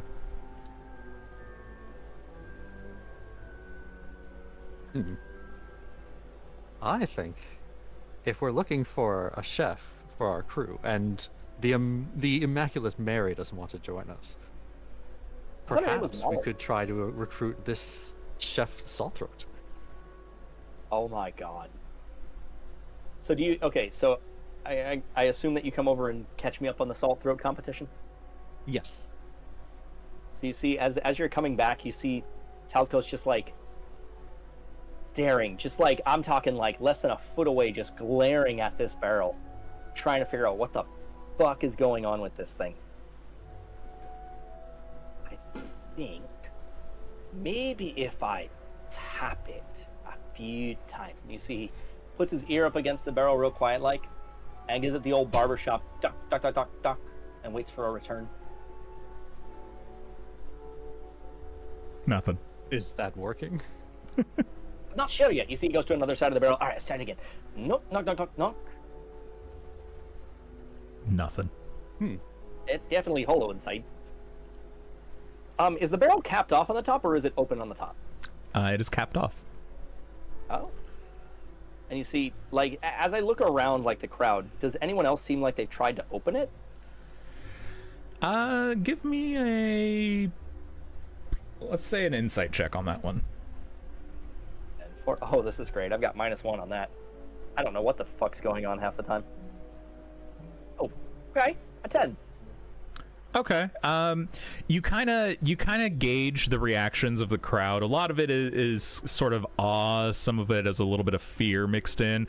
Nobody seems to have been willing to come up and touch the actual barrel yet. Let's see. Okay, so let's assume that it's both, right? Let's assume both stories are real for a second here, Doc, right?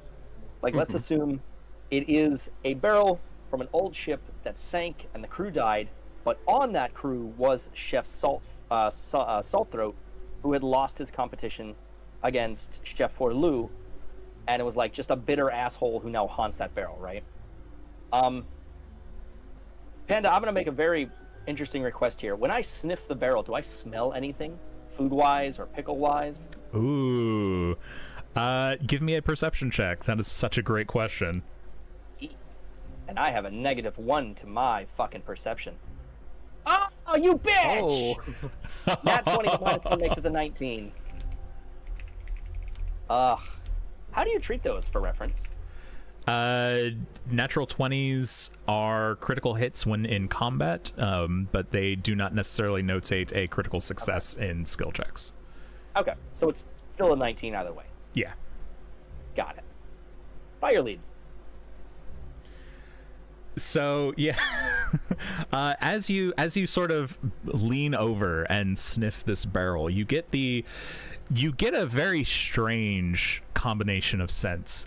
There's a sort of dense pickled brininess is the prominent scent, but you do get some spices in there as well. Some cinnamon, some black pepper, and a hint of rum cling to the wood.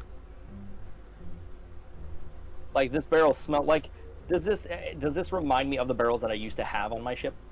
Not at all. No, this is very, very distinctly a I suppose like the brininess reminds you of a barrel, but most of it feels like it's kind of been underwater, right? Like a pickling barrel that has been submerged for a long stretch of time, but also covered in cinnamon and pepper, like spices, like really pungent spices. Gotcha. So I look over it, kind of not things that you would combine in a barrel.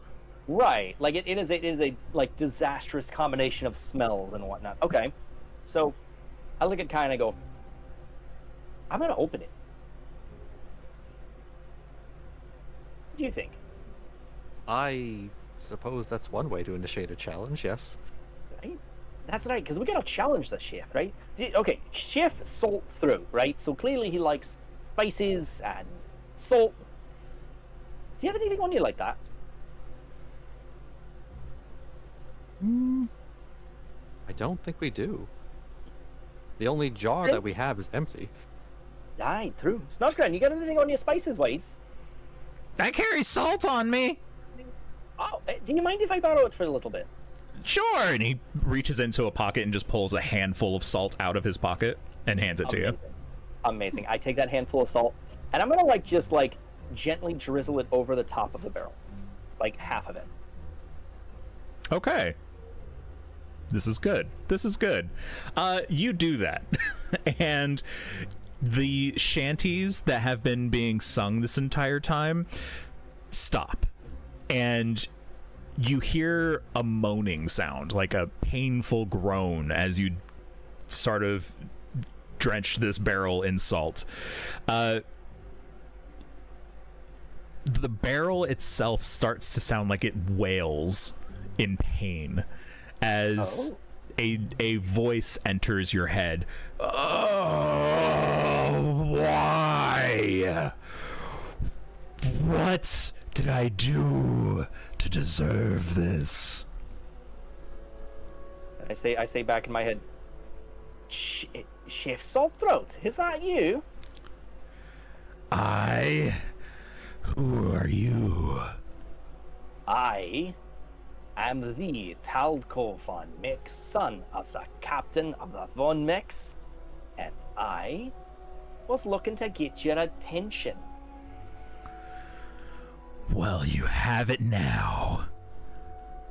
And I heard you like a good deal. Maybe a rivalry or a duel of sorts.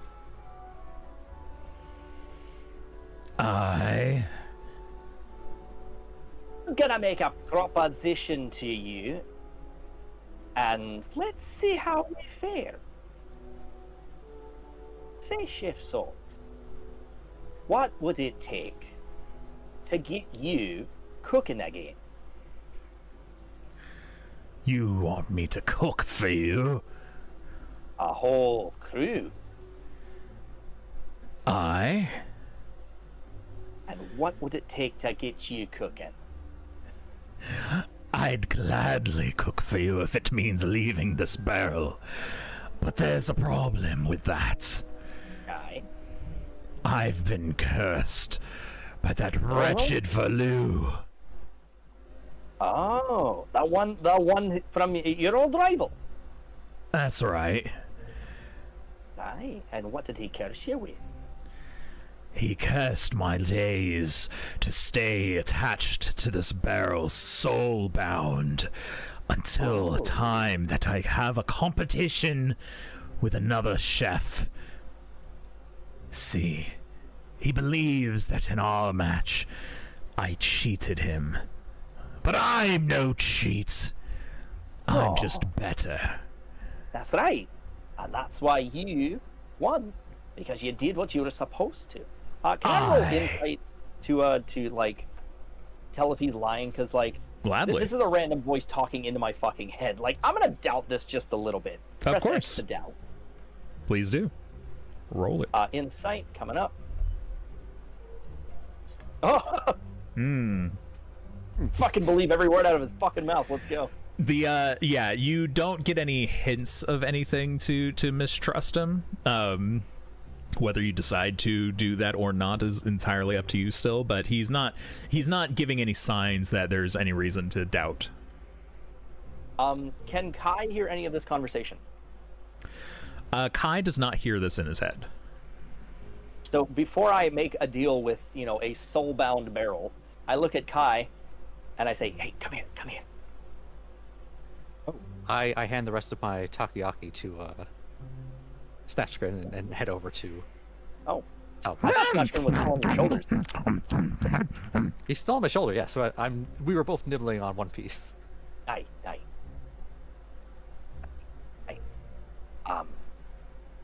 The salt did that trick. Like, I'm whispering this because I don't want anyone else to hear this right now. Okay. Chef Saltburn is soul-bound to this barrel. From the rival, the fight, the one he had, the fight he had with Chef Foldru, right? And for Lou cursed him to this barrel. That's what he's telling me. Okay, the salt pissed him off, woke him up. Right, he's the one in there making the sea shanties and singing the old tunes and all that. And I asked him if because he was speaking about hit, that's a new one for me. I haven't had that in quite some time. And he said he'd be willing to join our crew and cook for us, but we have to beat him in a match of cooking. Let's see. Are you particularly excelled at cooking? I once burnt a bowl of cereal. It took a lot of effort, but I did it. How good are you in the kitchen? The chickens that I make to eat usually fly away, so I may have the opposite problem. Okay. If we So want one burnt a bowl of cereal and the other somehow managed to create flying chickens in an effort to cook them. Awesome. More like I just didn't cook them enough and they're still alive. Right. Turned on the campfire and off they went. Oh, well, I guess that one's going too. Okay, so we have to beat the chef in a cooking match. That is like the chef Saltthroat. That is what you have gathered so far. You are welcome to continue your conversation. I think that we should go up against him, but I don't think we should do it here in broad daylight because I feel like it would scare the fuck out of too many people. Okay. So I say in my head to Chef Saltthroat, I say, Chef, where do we need to be for this, say, competition to take place? A kitchen, preferably, but there be a hitch you need to know about. Right? You'll need to get Chef Valou to watch the competition. Chef Valou? Chef Valou's the only one who can remove the curse. Ah, shit. Oh. Wait, I'm not hearing this, so I'm going to keep eating this taco.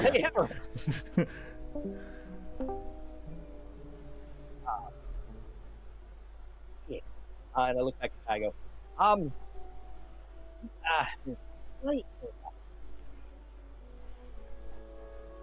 we need Chef Valou to judge the competition. Any ideas? Well, maybe Mary knows where he is. She was the one who told me about him. I thought her name was Molly. Did I write down the wrong name? It's Molly. It's Molly? Okay. Maybe Molly knows where he is. Okay, I was so confused. I'm like, shit, I fucked that up terribly. You know what? That's great. And you see he goes sprinting over to Molly. Come. You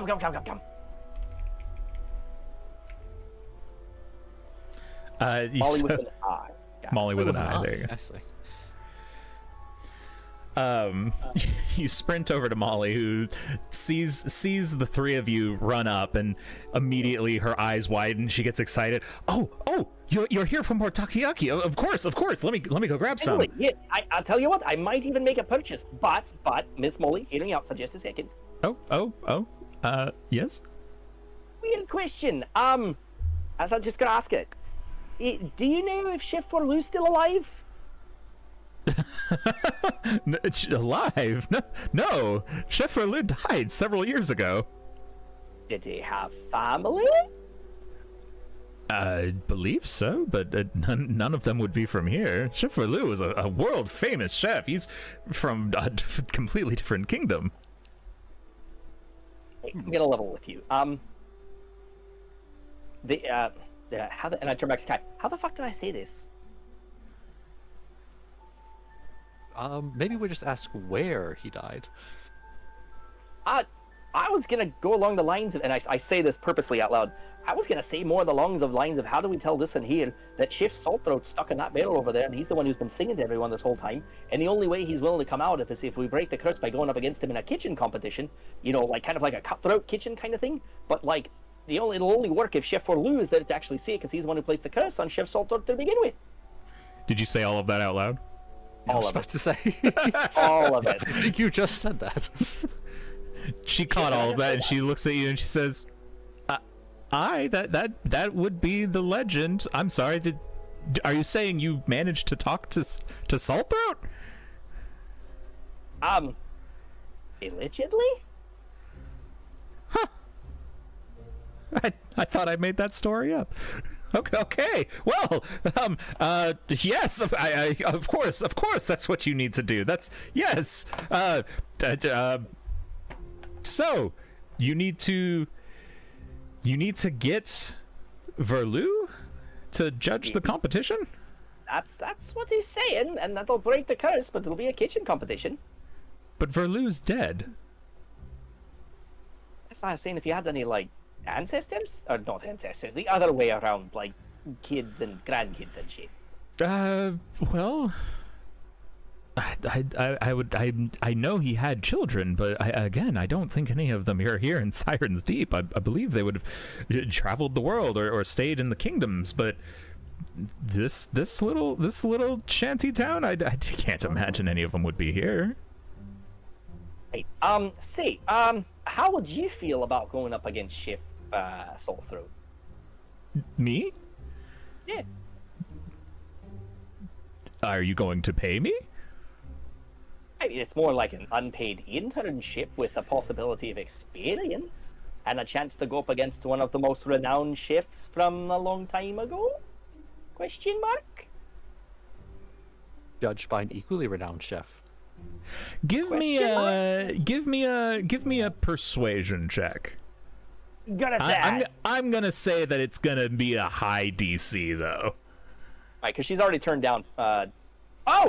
Jesus Christ. 20 on the die in total. A dirty 20. I hate you. All right. You have convinced Molly.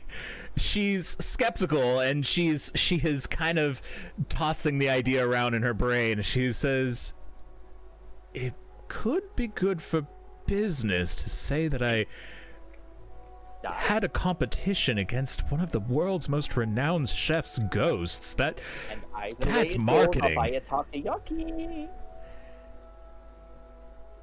Aye. Yeah. All right. Deal. You buy a takoyaki, and I'll compete against your dead chef. Beautiful. You see, I cough up the what is it? Silver? 4 silver? Five silver. 5 silver. I cough up the 5 silver. All right. So you have recruited Molly temporarily. Yep. Or have her face off against the chef. You do still have the problem, of getting Chef Verlu. Right, yeah. For now. For now. Okay. So, hey, Kai, Yes. would you say that since you've been here a few weeks, would you say that you and the bartender are good friends? Sola? So long? I'd Yeah. say we're friendly acquaintances. Do you think he'd let us borrow his kitchen for the evening when everyone's gone to bed? Well, similar to how Miss Molly here was entertained by the idea of facing off against a famous ghost, I think Sulla might be incentivized to allow us to have the competition at their establishment as well. We can make posters. I think turned to Molly. the We can competition make between two posters. ghosts would be quite the entertainment value. Well, I mean, one ghost and a Molly, but yeah. Okay. All right. Here's what we're gonna do. And you see, he's like laser focused on us. All right. I'm gonna go grab the barrel fast so that nobody sees. Kai, go let Sulla know that we're going to be borrowing his kitchen. And Molly, Aye? help me with the barrel. The barrel's bigger than me. What am I going to do? I don't know. Support my legs. I don't know. And Snotchgrin, Yeah! keep Kai company and keep him safe, will you? You look so strong. Aye, Captain! Wait, I'm the cap. Yes, sir! That's all right. We can both be captains. Even Kai can be a captain. All three of us will be captains. I love that! Yay! Oh, Okay. captains. Oh, captains, my captains, my captain. All right, Molly, let's go grab a meal. Okay, I guess. And she goes and she helps you take this barrel. You find that it is relatively light. It is an empty barrel after all, but it is still the weight of an oaken barrel. Okay, load that up. Go, yeah. Up. So you carry this over to Solace Tavern. Right. Meanwhile, What is Molly like race-wise? Molly is a halfling. Damn. Okay, she's too tall for me. Okay, that's fine. Sorry, what? You didn't just invite her over to grab the barrel. I was gonna potentially make conversation, but she's too tall for my tastes. That's worrisome. Anyways. She's a half elf, right? Huh? You said a half elf or a halfling? Halfling. Even better. Never mind. We're making conversation. I can't imagine what other shorter beings that you would rather be having conversations with. Goblins? No, Snotchgrin doesn't do it for me. Wow. Snotchgrin is right there. You like cover his ears like a baby and just shake your head, just like That's exactly what I was thinking. in front of the baby. Really? Right in front of my Snotchgrin. In front of my Snotchgrin. Okay, Okay, so grab the barrel, toss it up on my shoulders. Molly, you been cooking long? yeah, I've been cooking most of my life. Oh, I love that for you. A Takoyaki your specialty? Is that family's recipe? Oh, it's a family recipe. We've had it passed down for generations. It's good, right? You enjoy it? Oh, absolutely. I am a big man of the sea. Been around for many years, many decades, sailed many seas. I love a good squid. And this here is a really good squid. And you see, like, as they make their way back to the bar, make a long story short, I make conversation about the squid. What kind of squid is it? You know, how she catches it, where she gets it from, all that fun stuff. Sure. Okay. A very casual conversation. Give me a straight charisma check just to kind of see how this conversation goes for you. What is my charisma anyways? There it is. Can I just click on? Okay, I can just click on it. Fantastic. Woo, that's not bad. Not bad. Yeah, an 11. Yeah, you make good conversation. You're delightful, and the conversation goes well. You find out that the octopus is all locally caught, so we usually purchase it from local fishermen. Does have a connection with a ship in particular, though it is not like exclusive with them. It is just they happen to usually go out and get octopus specifically for her, amongst other people, of course, too. But and then yeah, she kind of gives you the lowdown of like the simplified version of how she goes about making it, and a little bit of family history and stuff.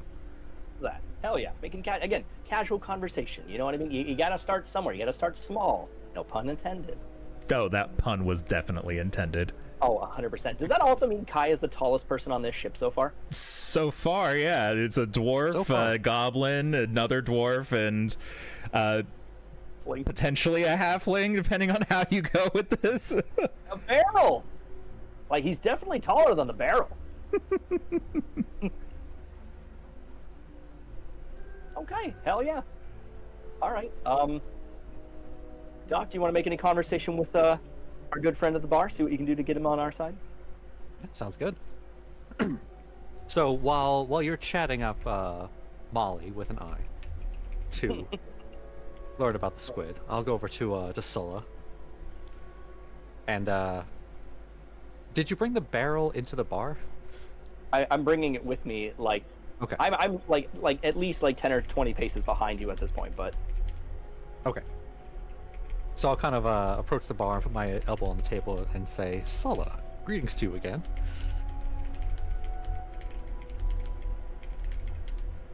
Hi. Do you see that barrel over there that my good friend is bringing in? And I see you kind of struggling, bringing this oak barrel in over your shoulder. I. So I kind of lean in close and I go, that barrel contains the ghost of one of the world's most famous chefs, Chef Saltthroat. We're looking to have a competition between Chef Saltthroat and the incredible Molly over here. We were wondering if we might be able to procure your establishment to do so. So Sulla instantly recognizes the name Saltthroat and kind of looks at you and says, you have the ghost of Chef Saltthroat with you. We have the ghost of Chef Saltthroat in a barrel with us. In a barrel. Not necessarily with us, but technically. And he kind of looks to Molly, and Molly just sort of shrugs. I don't know what's going on, but Sulla looks and says, well, I can't say it's the strangest thing I've heard, but I suppose it can't hurt to put the barrel in the kitchen. Come this way. Lovely. Old Grinna's just going about her day like nothing's changed, just still doing those little hooks. Yep, just making knots and just another waves day. and smiles at you guys. Good to see ya. How's the barrel? As I'm walking by with the barrel, I shout over to our bartender friend, Sulla. And we also need to find Chef Forlou. Do you know him? Because he's dead. Forlou is he's dead. I'm sorry. Yeah. What? Yeah. Do you want help with that? You seem to be struggling. Oh, I got it. It's all right. Like, he is desperate. Like, for some odd reason, he's so invested in this barrel and showing off to Molly, even though their conversation was extremely casual and extremely fine. He's overcompensating and trying not to just lay the barrel down and run outside and, like, pant himself to death. He's, no, I've got it. It's all right. I'm just fine. You might get him in the door then. Yeah. Snatch Grim. Can you get him in the door, buddy? Oh! I can do that.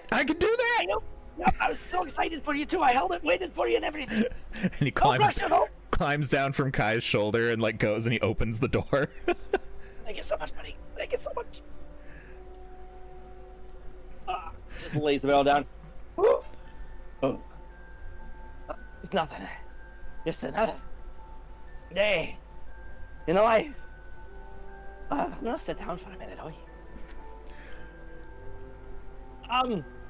You see, I knock on the barrel while you. Summer, Saltthroat. It's Chef Saltthroat. Aye. Brought you a competitor. Did you now? Mm-hmm. And hear me out for just a second, right? I know we were talking about the whole, like, freeing you from the idle thing.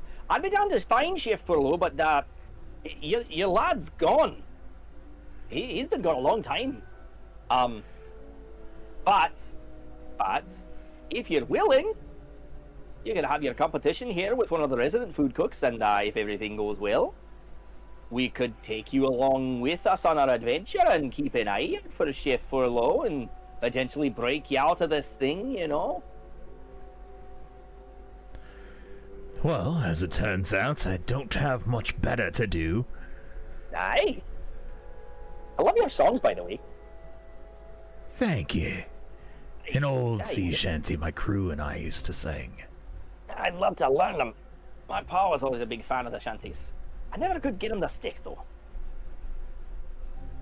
Perhaps I'll teach you. Aye. Sounds like a plan. Molly! I I have, hold on. And I hand her, like, a good pinch of the salt. Sprinkle a bit of that on the top there. It'll give us attention. And she kind of holds the salt in her hand, and she kind of looks at you like you just hold. You just hold. Yep. Handfuls Right of. there, on the top. Yep.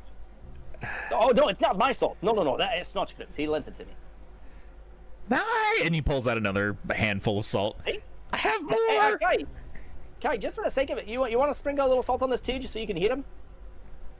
That would probably be helpful, considering I had no idea what's going on in this conversation. And look, I literally just thought about it. I'm so sorry. I didn't mean to keep you out of the loop like that, But just, yeah. Long story short, we might just get Saltthroat on our side here if everything goes well. Oh. Well, I'll take some salt from Snotchgrim then and sprinkle it on the top of the barrel. As you sprinkle it on top of the barrel, you immediately start to hear inside your brain, why?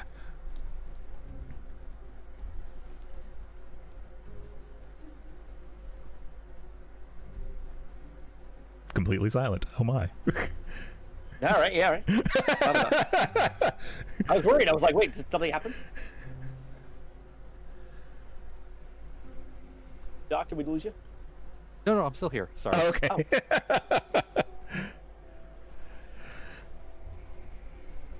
I take it, Molly does the same, and then Snotchgrin pulls out another handful and just throws it at the barrel. Hey, nice job there, Snotchgrin. You want to hear the chef too? He's really loud. He sounds like he's in pain. I'm sorry. Yeah, he screams a little bit in the beginning, but it levels out eventually.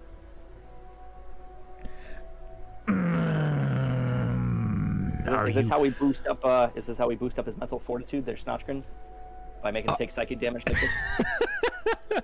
No psychic damage, not this time. Of course. And you hear Saltthroat's groans, and his voice cuts through. Are you quite finished? So, do you want to hear it? You want to hear the Chef Saltthroat? Are you good? I can do that. Yeah, here. And I hand him like a little handful of salt. Just throw that at the barrel. And he just chucks it at the barrel. Yeah, we're kind of past the formality of just sprinkling on it. I think Snotchgrin sets a new record for it. Should I throw more? Oh no! Can you hear anything? No, I haven't heard anything yet. You hear anything screaming? No. No. Oh, Here, let me try again. And he grabs another handful and he chucks it at the barrel, like as hard as he can.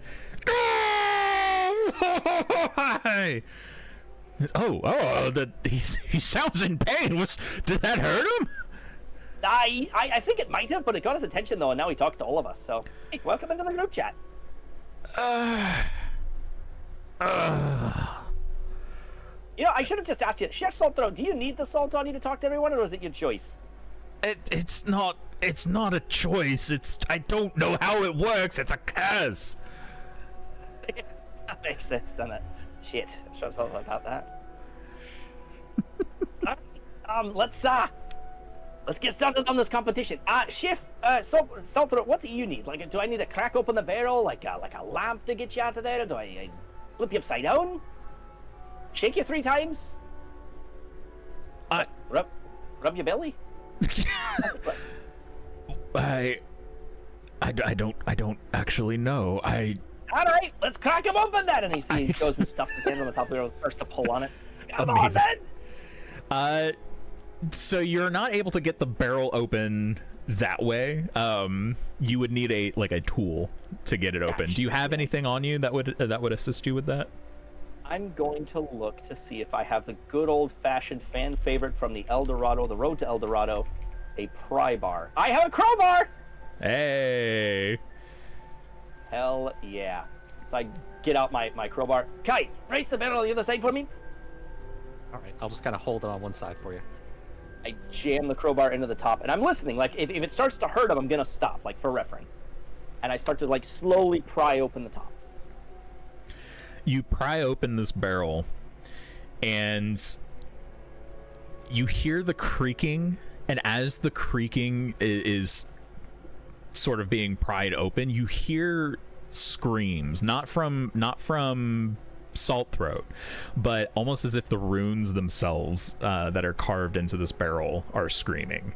And that's right, those are necromancy runes, that's right. Yeah. And as you sort of pry this open, the stench that has just gathered from inside just overwhelms you. It's the same smell you could kind of get before, but is significantly more pungent now. Oh. And so it's a combination of all the smells from before, the dense pickles, the spices, the smells and all that? Right.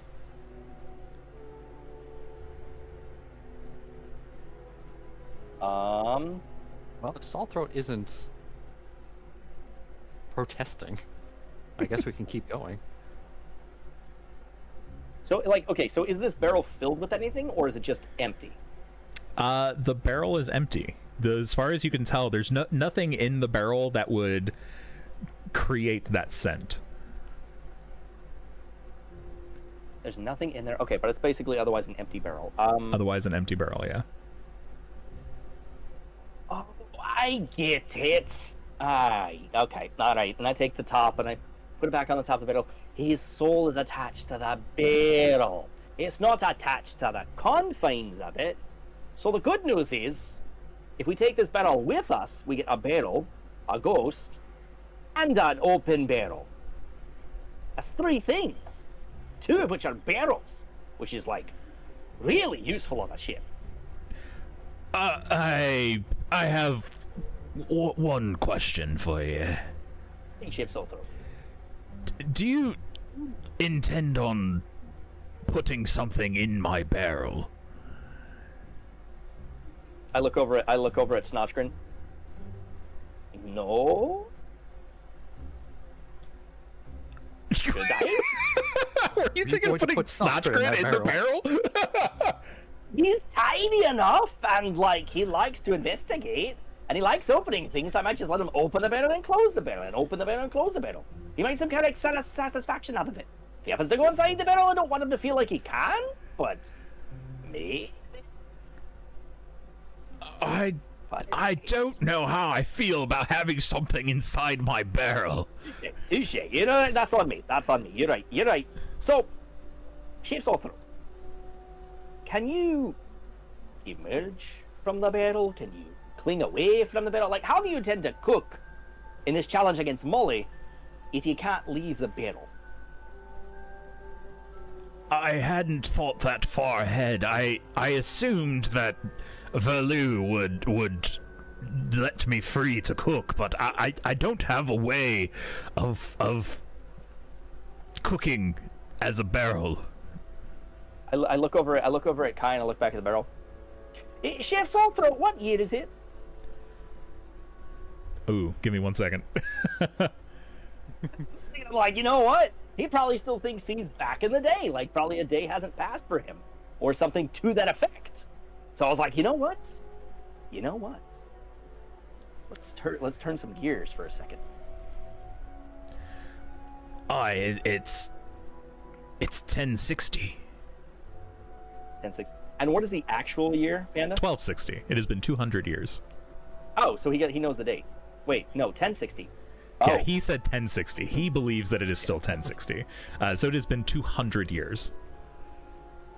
Okay, I'm actually going to write that down because I did not know that we are in the year 1260. We have a calendar, actually. Like a campaign calendar. We do, don't we? Yeah, it is currently the 7th day of moon dusk in the year 1260. Where is that calendar available? It is available. If you go to the Legend Keeper, you can find a link to it on the front page. Nice. Okay, perfect. And that is available. It is a public Legend Keeper, sort of a wiki for those of you not familiar with the Legend Keeper. If anybody is curious about any of the information that we have written so far for Sirens Deep and for StreamHollow, you are welcome to check it out there. Love that. Chef, can you do me a favor and sit down for a second? I look at the bottom of the barrel. Good, you're sitting down. Chef, the year's 1260. Not 1060. Aye.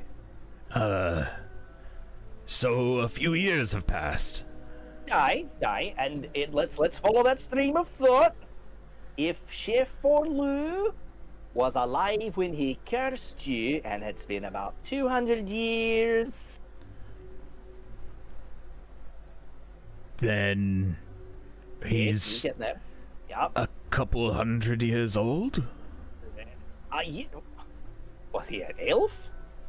Aye. I look over at Sulla. You said he's dead, right? Oh, Verlu is very dead, yes. Okay. And like, as blunt as Sulla is when he says this, Chef Saltthroat just, Oh! Why didn't you say that?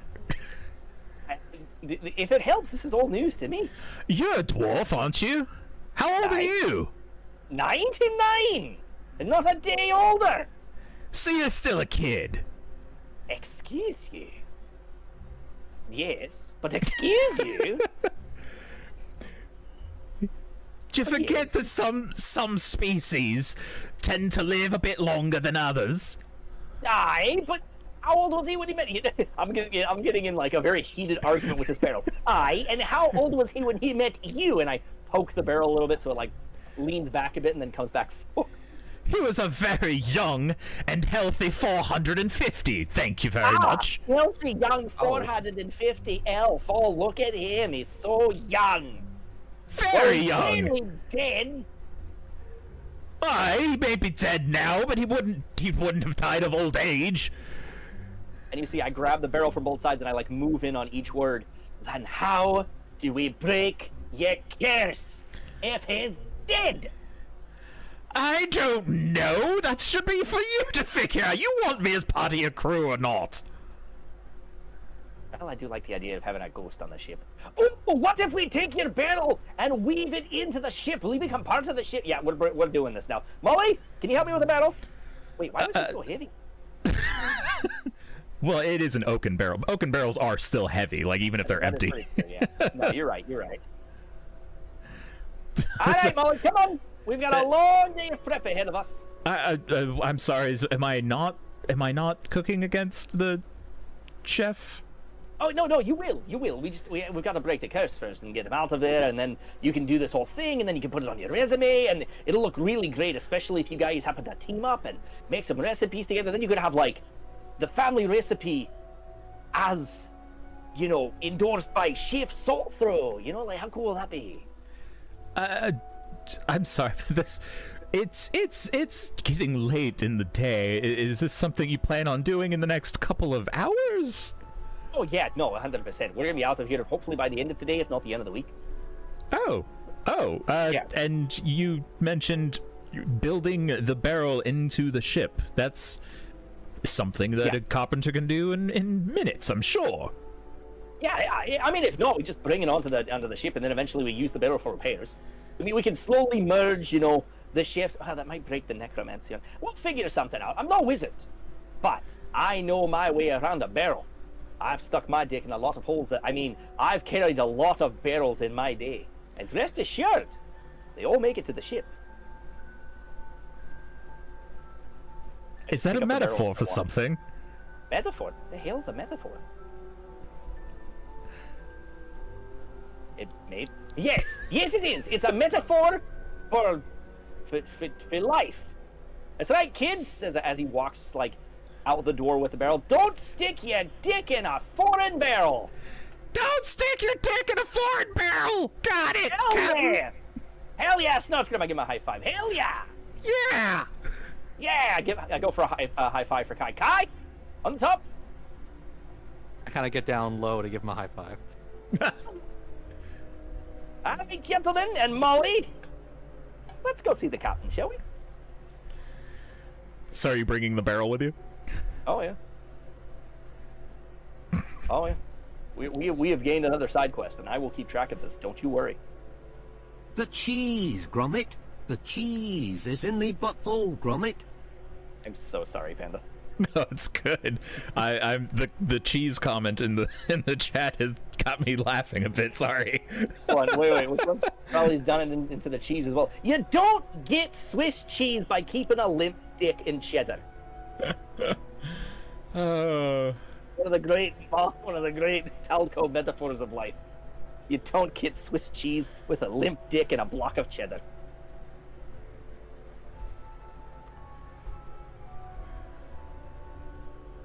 I'm sorry. So, I put side quest next to the chef's legend.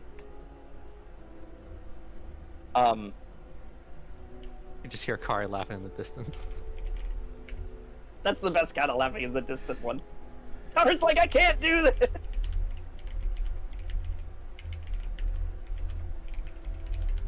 Okay.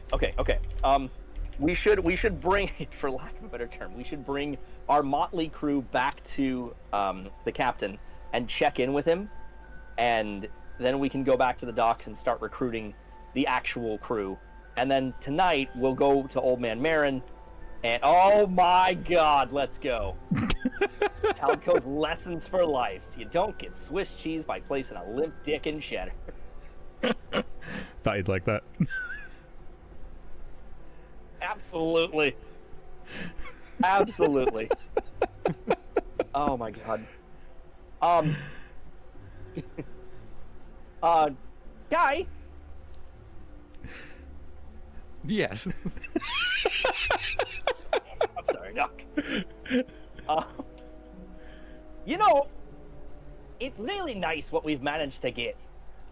You know, in the span of what, a few hours? We've gotten so many friends. We've got a barrel friend. We've got Snotchgren. We've got Molly. I'm sorry. I feel like you keep implying that I'm coming with you. I don't believe I ever agreed to come with you. Oh no, Molly! Remember you said we were talking about it? You said you're gonna come along for just a little bit, maybe, perhaps, possibly, for some extra credit and a chance to work with Chef Saltthroat for your resume. It was supposed to be a competition against him that we were going to have tonight. Yes, and then the preliminary round is coming with us on a grand adventure to get him uncursed so that you can have this challenge to put it on your resume so you can get into all the best schools and do all the best chefing. I hate that I'm about to make you roll a check and it's not deception. After that statement, please roll me a persuasion check. Let us see if we get another NPC to come with us. Ooh, that's 14. a 14 on the die. Or 14 overall. You want me to come on your ship? Mm-hmm. You want me to work on your ship? Yeah, if you'd like to. If you'd like to pick up another profession. I am a big progenitor of do what you want on the ship as long as you contribute. Whatever you're comfortable with. If you want to cook, that's fine. If you want to take a break and pick up fencing, we can figure that out too. I'm not going to stop you. The seas are all about experimentation. You do what you like. That's why we go out on the sea. I don't work for free. Is there pay? Your friend said you didn't get paid until you found treasure. Aye. That's how a grand adventure works. You go out, you find things, you bring them along with you, you pay off your debts, you pay off your goblins, and then you collect the rest. And what treasure are you seeking? I don't even know where you're going. And you see he places his foot down like really heroically. We are on a grand quest. A long, fortitude-driven one to recover the treasure and the ship of the great Captain Floris von Mick, and return the ship to working order by bringing it back and harnessing the riches that it had forthwith. Who? My dad's old ship, worth a lot. You can probably find a lot of good things on it. I guarantee you there's a lot of stuff on there. And in the meantime, we're going to go to a lot of different places. We're going to meet a lot of different people who probably need help with a couple things. We might have to stab something. We might have to cook something. We might have to make something. There's a lot of ways this could go. The good news is either way this ends up, you're going to have a good time. And you're going to live a life. And if you think that your parents' recipe is good now, just wait until you get the sea behind you and the ocean air in your hair. You want to taste what real squid tastes like when it comes right out of the sea? That's where you get it. Okay, first up, takoyaki, octopus. It's made with Right. octopus. Right, are they not the same thing? They're not the same thing. Right. Okay. You will pay me. Eventually. You will pay me. At some point. You will pay me to be on your ship. Respectfully. Fine. We spent a lot of money on the goblin. We did. It was worth every fucking second. Our son Snotchgrin is the best boy. I'm the best boy! What happened there, Panda? You cut out for a second. I'm the best boy! Aye, that yeah, little You bunny are the like- best boy. Tussle his hair, tussle his hair. Goblins have hair? Fine. As long as I get paid. You see, I thrust up my hand. To a great, grand adventure. She just kind of looks at your hand and she just looks at you and she just says, just let me go get my things. Yeah. We did it! I go for a high five from Kai again. I go down for another high five. Alright. While she goes and gets her stuff. Oh, and by the way, Molly, we're meeting up with Captain Barlow. He's The over on the drunk? side of the, he's not too far. The one, the captain of the Driftmaw? The drunk! Your No, captain he's is not the the drunk! No, he's not drunk. He's just He's a dwarf. That's what always we do. drunk! He's He a was going through his dwarf! revenge. He's a dwarf who's always drunk! You Sorry, don't Molly, get I can't you hear don't you. get I'll drunk! see you later. I'll say bye, Molly.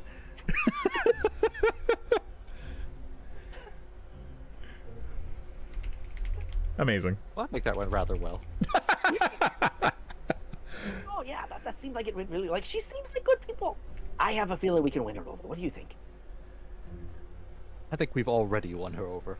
She seems Die. excited to join. She's just so weird. But like you can tell the stench of adventure got to her right at the end there. Right? Do you think it was my speech, or do you think it was the barrel? I like her think it fish was Farrell. balls! Yeah. See, right? The fish balls are great, eh, buddy? Aye. We could have Die. so many of them on our trip. We're gonna have so many. All right. Let's at least, let's go back to Barlow for a second here. We should definitely drop off the barrel, make sure that gets on board, and then we've got to go back to the docks and start hiring crew. I believe the count was 50 men, aye? And we've got what, 3 50, so yes. far? Two including me. We've got 3. We've got 3. Yeah. Die. So we go back over just so we don't have to go back through that, unless Doc, do you want to have any conversations with Barlow? I actually kind of want to ask Barlow about, and I'm blanking on the name already. Verlu? Oh yeah, for Lou and Saltthroat. Yeah. Okay. All right. And it just rolled. I did, That's never a good sign. publicly. I guess we start walking up on Captain. Hey, Captain. I still haven't come up with a good voice for him. Welcome. God, I cannot think of anything for him. That's all right. Run with it, man. You'll fall into something It's good, eventually. it's good. Yeah.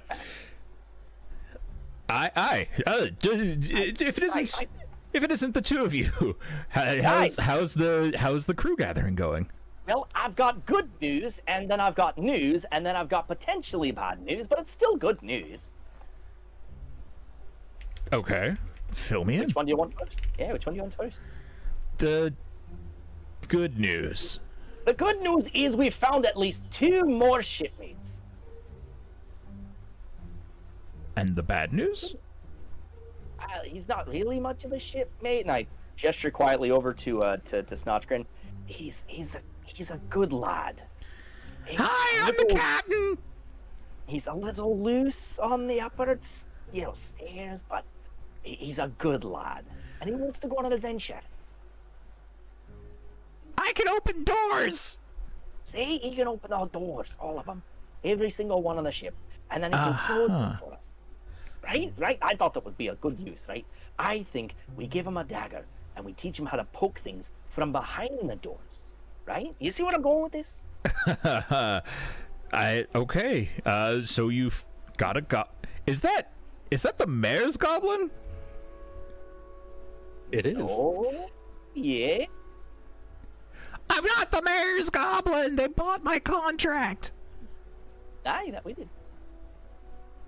I see. Okay. And who's your second recruit? Say, Kai, would you like to tell the good captain about our recent acquirement? Well, we have the amazing and irreplaceable Molly here, who is an excellent chef and makes incredible squid balls. Aye. She's gathering her stuff right now, so she's not like here, but she's already agreed to go on the adventure, and it's nothing about wanting payment and all that, but it's fine. We'll get around to that aspect. She'll have fun. Aye. We have a chef. Okay. You have a chef. Okay. A chef is a good start. Aye. And I see, without warning, I just grab his hand, put a little salt in his hand. Throw this at this barrel. Excuse me? Come on. Just throw the salt at the barrel. Come on.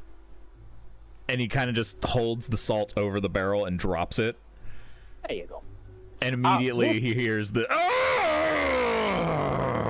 Captain Barlow, this is Captain Saltthroat. Not a captain. Oh, Chef Saltthroat. Sorry. I thought we were all captains. That's all right. No, of course, we all are Snotchkin, of course. We're all captains. But Captain Barlow is the captain's captain. He captains the captains? Aye, that he does. He keeps us all in line and makes sure everything goes the way it's supposed to. Okay. And he's just like puzzling out exactly what that means, and you can see the arithmetic flying around his face and his head as you blew his mind with the captain of captains. Right? Just the meme of just like the explosive like equation in the back. Yeah. But he looks like fucking Greco.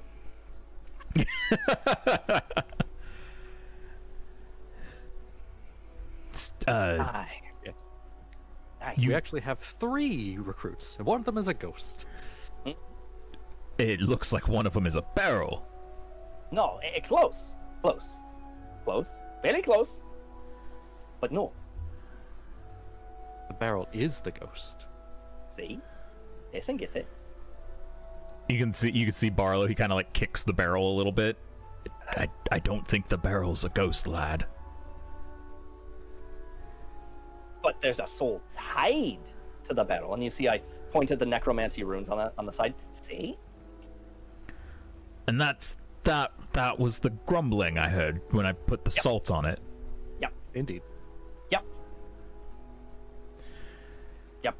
All right then. And what does the barrel do? Well, I mean, and I open up the barrel. It's a barrel.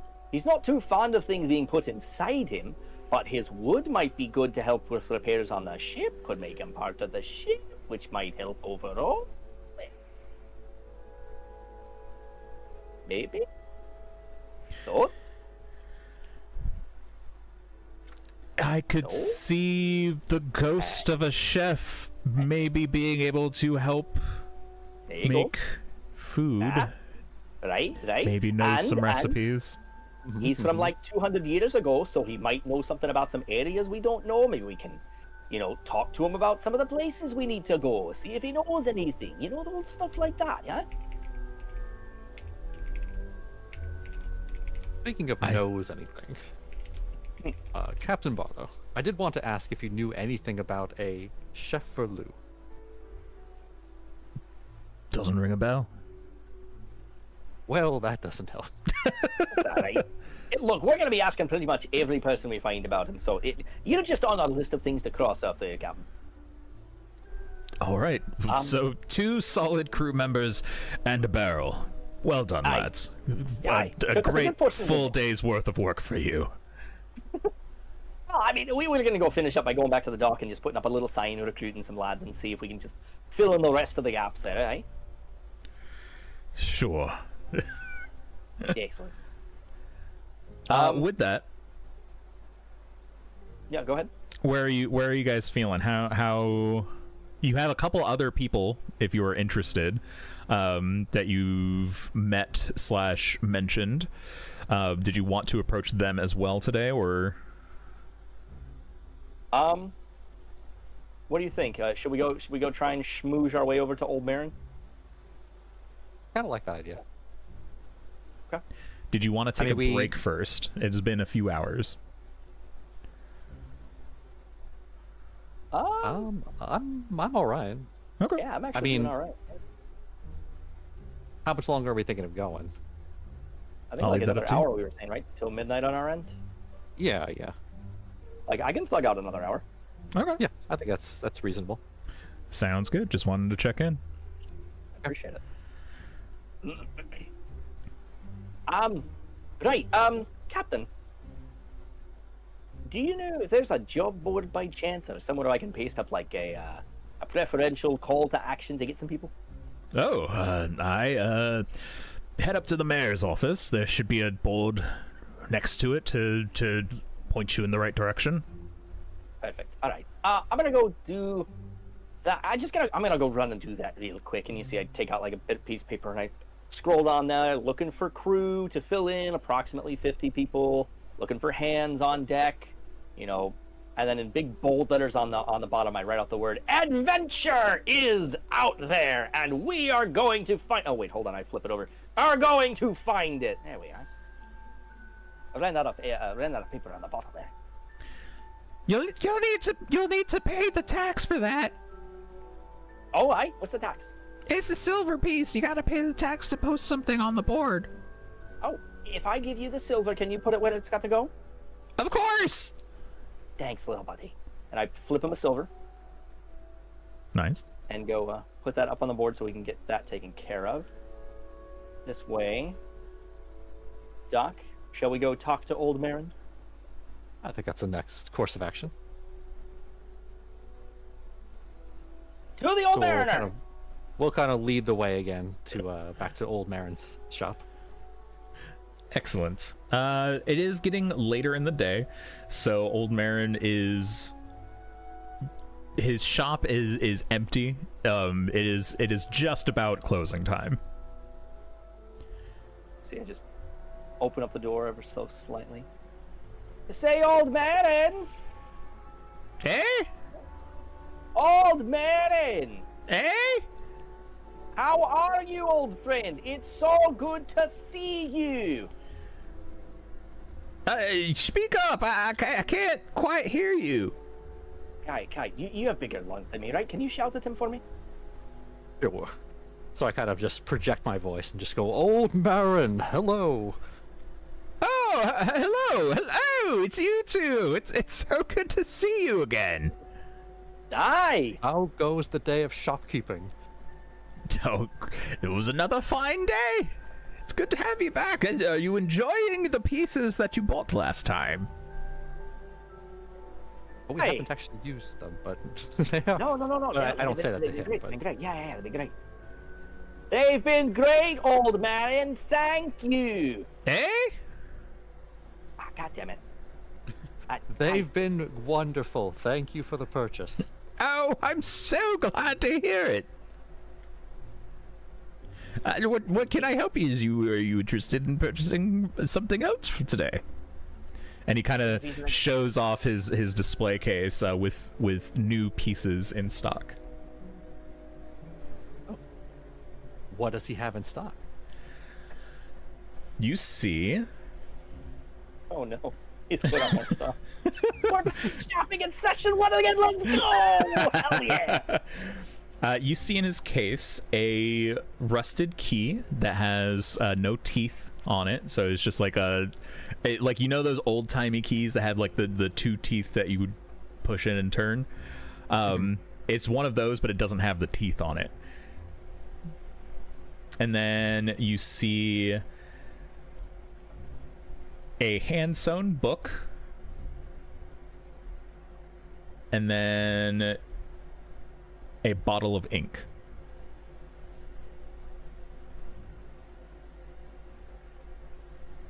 Old Marin, what's this book about? Oh, I'll be honest, I don't know. It just sort of showed up.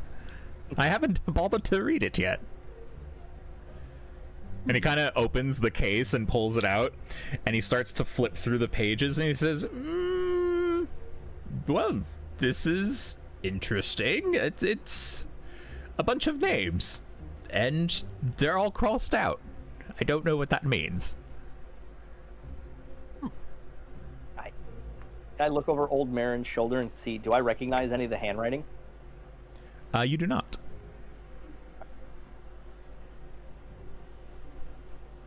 I look over at Kai. That's probably just a hitman's book. Maybe some kind of like mercenary dropped it or something. Ended up in the old Marin's shop. See. Old Marin, can I see the book? Of course. And he hands the book over to you. Okay. Do I recognize any of the names? No, but if you would like to give me an Arcana check. Okay.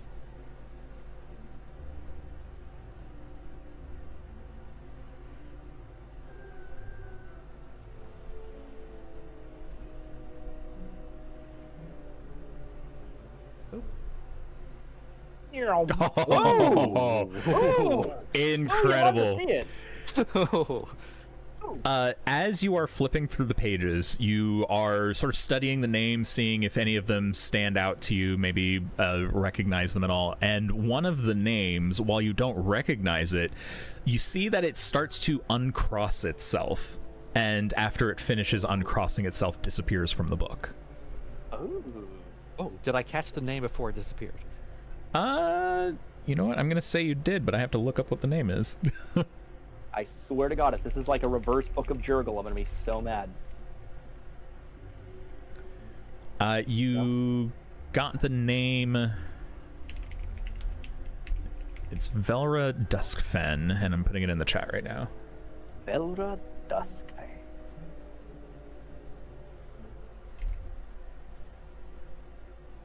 Oh, I should write Molly down in my list of NPCs that we've gained. I have the list now called Our NPCs. I gotta remember it's Molly with an I. Yes, yes. I. Oh shit, wait, hold on.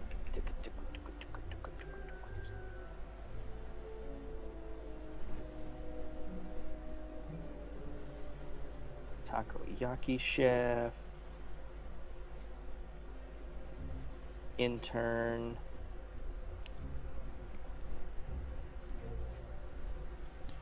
Or chef. Saltthroat. I can write Chef Saltthroat technically on here. Chef Saltthroat.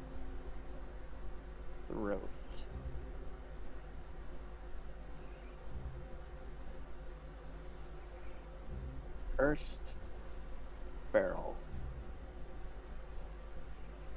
from 1060. Cursed barrel. Cursed by F. Olu.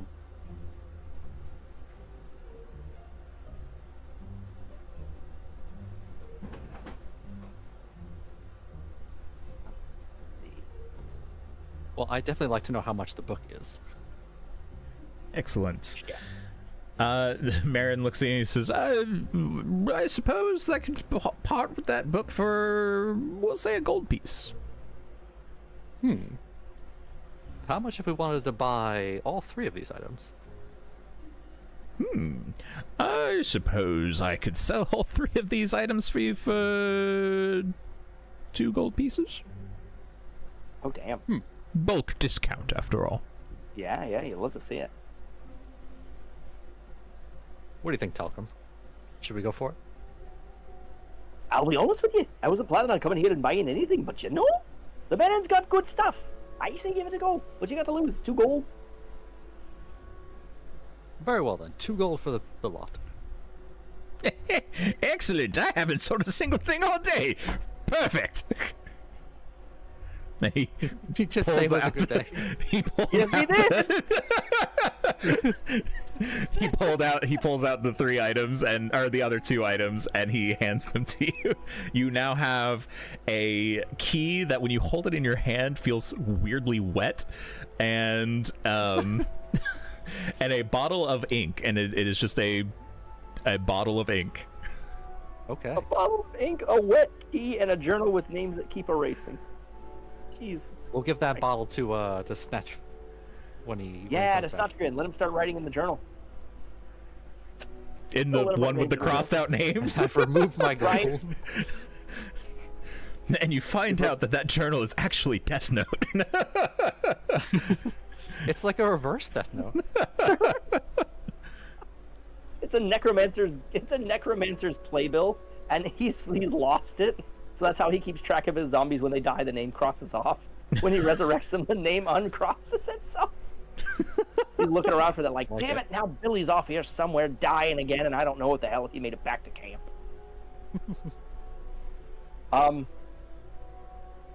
I nudge Kai. Hey, let's come if he wants to go on his adventure. See. Oh, yes.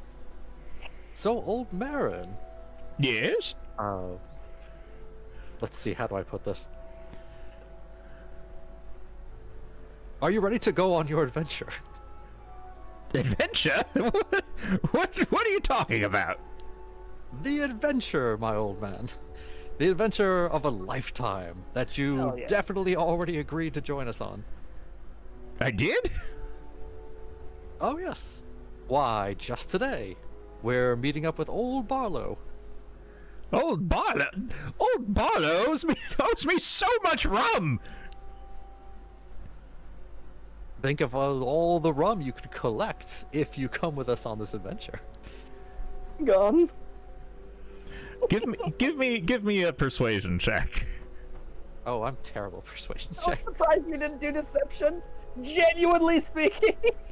I don't think he would understand that you're lying to him. And technically, he can get a bunch of rum on the ship. You're not technically lying to him. Oh, God.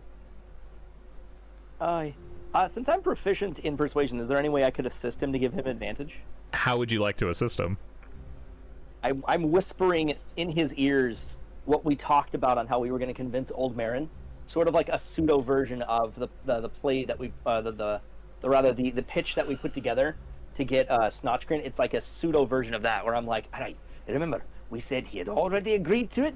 We said he was already laser focused, and that there would be so many people to buy his wares if he just brought them with us. And then when we dock on towns, he can just sell all the treasure that we have. This way we keep the gold, he keeps some of it, he can restock, and it's like he's a merchant, but on the go. Do you relay this to him, Kai? I relay this to him. Sure. I'll let you take advantage with Talco's help.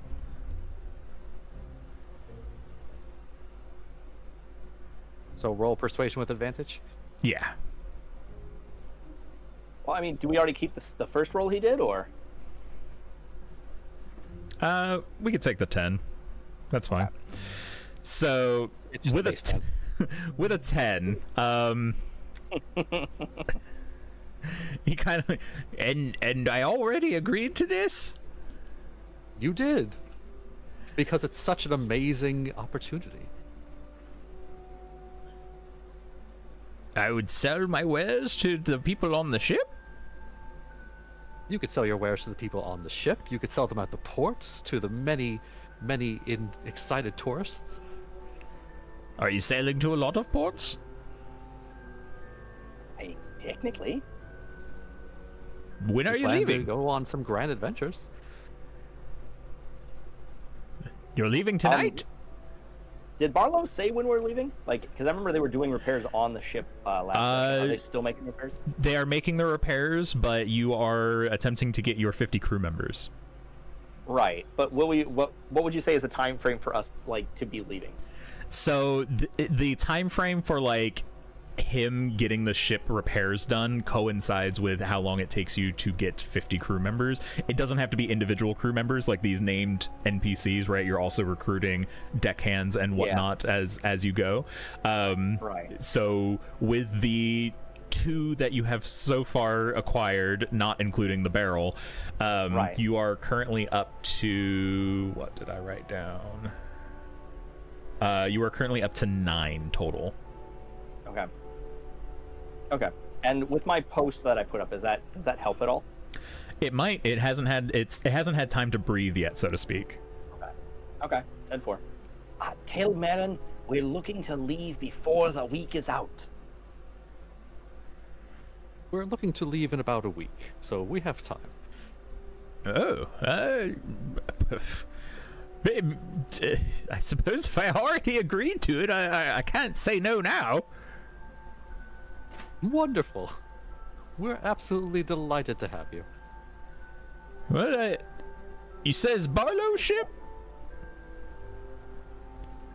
Barlow ship, the Drift Mall. Yeah, I had no idea this drift mall was still saleable. Excellent.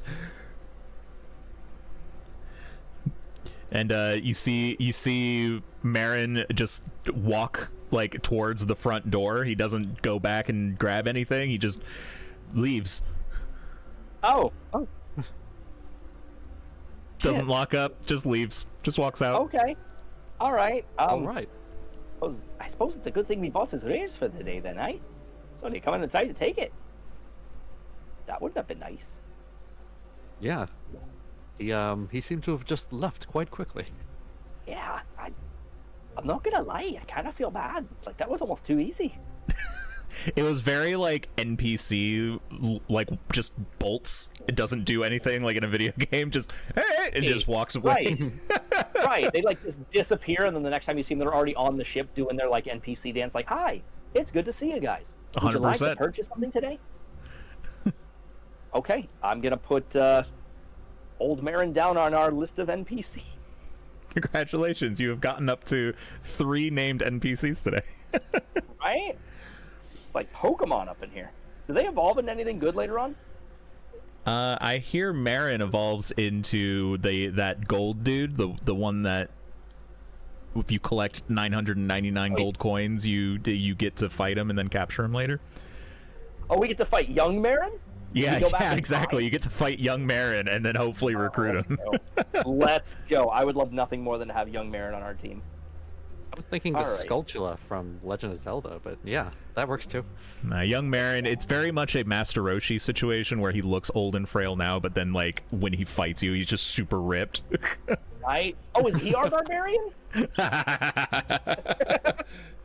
Does he go Berserker Rage? Yeah. Oh my god. Okay, Old Marin. Alright, let me also write down the races here and potential classes. Old Marin is a human? Old Marin is a human. Human. How old is Old Marin? Do we know, or is it very much just like you said, like a Master Roshi situation where he's just old? You gather that he's somewhere in his 80s. Okay. I just don't want Old Marin dying while we're out at sea, you know? Is he the only one you're worried about dying at sea? Oh, no, we've already established if Snotchgrin dies, I'm going absolutely feral. Oh, okay. Yeah, him and We've Old got Marin. a ghost already, so we already have somebody dying. It's That is true. Oh, You true. have already gotten someone dead. You know, and if one of us were to, I'm just throwing this out here, if one of us were to happen to say dabble in necromancy, then would we really lose them if they die? That's true. The age-old question. Right? We'd bound them to the same barrel. I'm sorry, that's bad. All right, Well, hooray, let's we have some company. Remember, you are a paladin, so maybe don't say yes. those thoughts out loud. Right. Those are the quiet thoughts. All right. I never said my god wasn't Jurgle, but I am saying there's a possibility. No, I'm kidding. Don't let the intrusive thoughts win. Right. So, what would you like to do next? How late into the day was it you were saying? It's getting pretty late. Marin was about to close up his shop when you went in, and you spent maybe half an hour with him. Okay. Say Kai. Yes. How you feeling for the day? What do you think we should do next? I feel like I've thrown us around in a bunch of different directions today, and I haven't really stopped to ask you how you're doing and see what you want to do. Well, the only thing left that I can think to do would be to go down to the docks and see if we can recruit anyone else, but considering how late it is, that might be a bit difficult.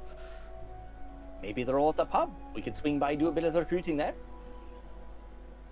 I like that idea. Right? Alright. If you're alright with that, then I taking off we go. Sure. To the pub. You head over to Sulla's Tavern. As you enter, you note that there are several people enjoying food and drink. Notably, Grinna is in her usual spot. And you also see Vero over in the corner drinking some drink. Beautiful. Oh yeah, Vero's over there enjoying himself a drink.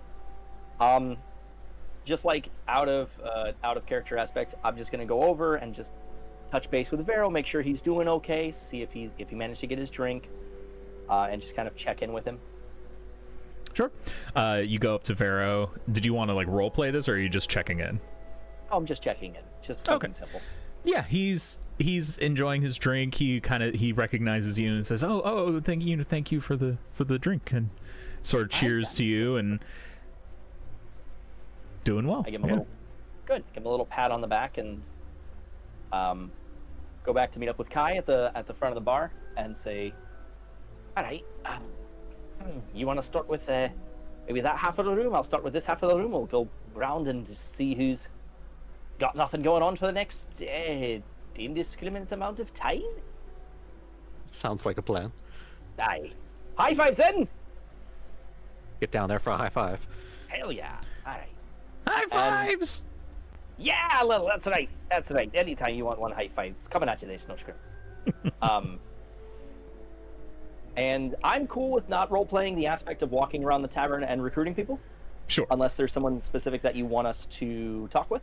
No, I'm good on that. I don't have any particular NPCs in here unless you are specifically looking for one. We can maybe just roll some checks and see how many people you recruit.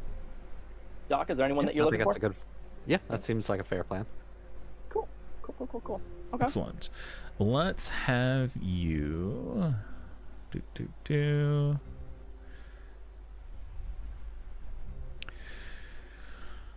Let's have you roll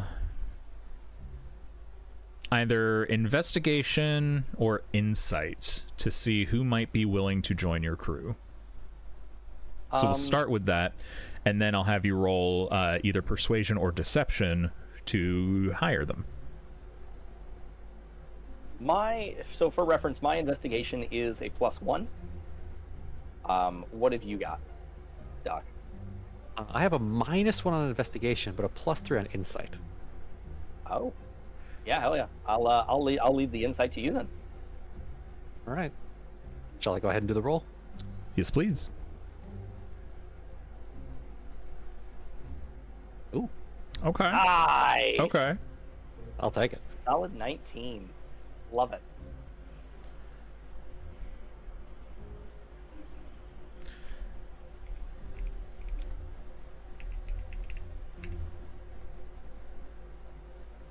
DM dice. Okay, so you are able to sort of, as you make your way around the tavern, Kai, you have been able to catch the ear of about 12 people. Now, you haven't convinced them yet, but of those 12 people, if you could either give me deception or persuasion to see if you can convince them to join your crew.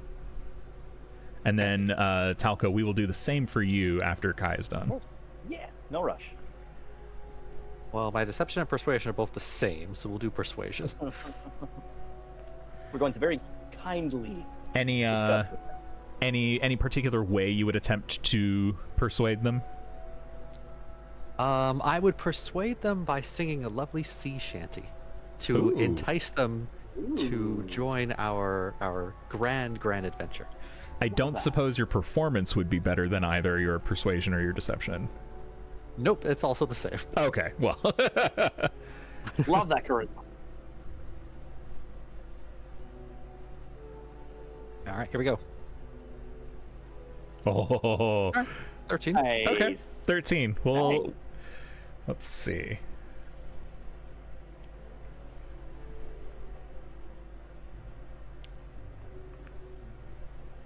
Let me do some math here.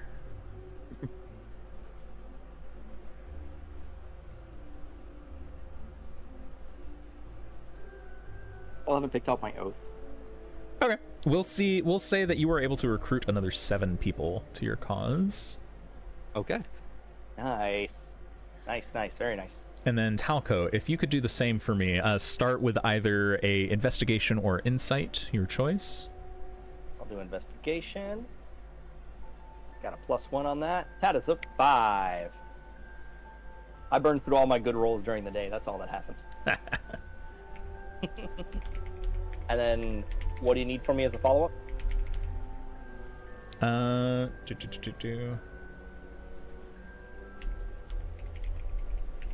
right, you rolled a 5, so I'm going to roll.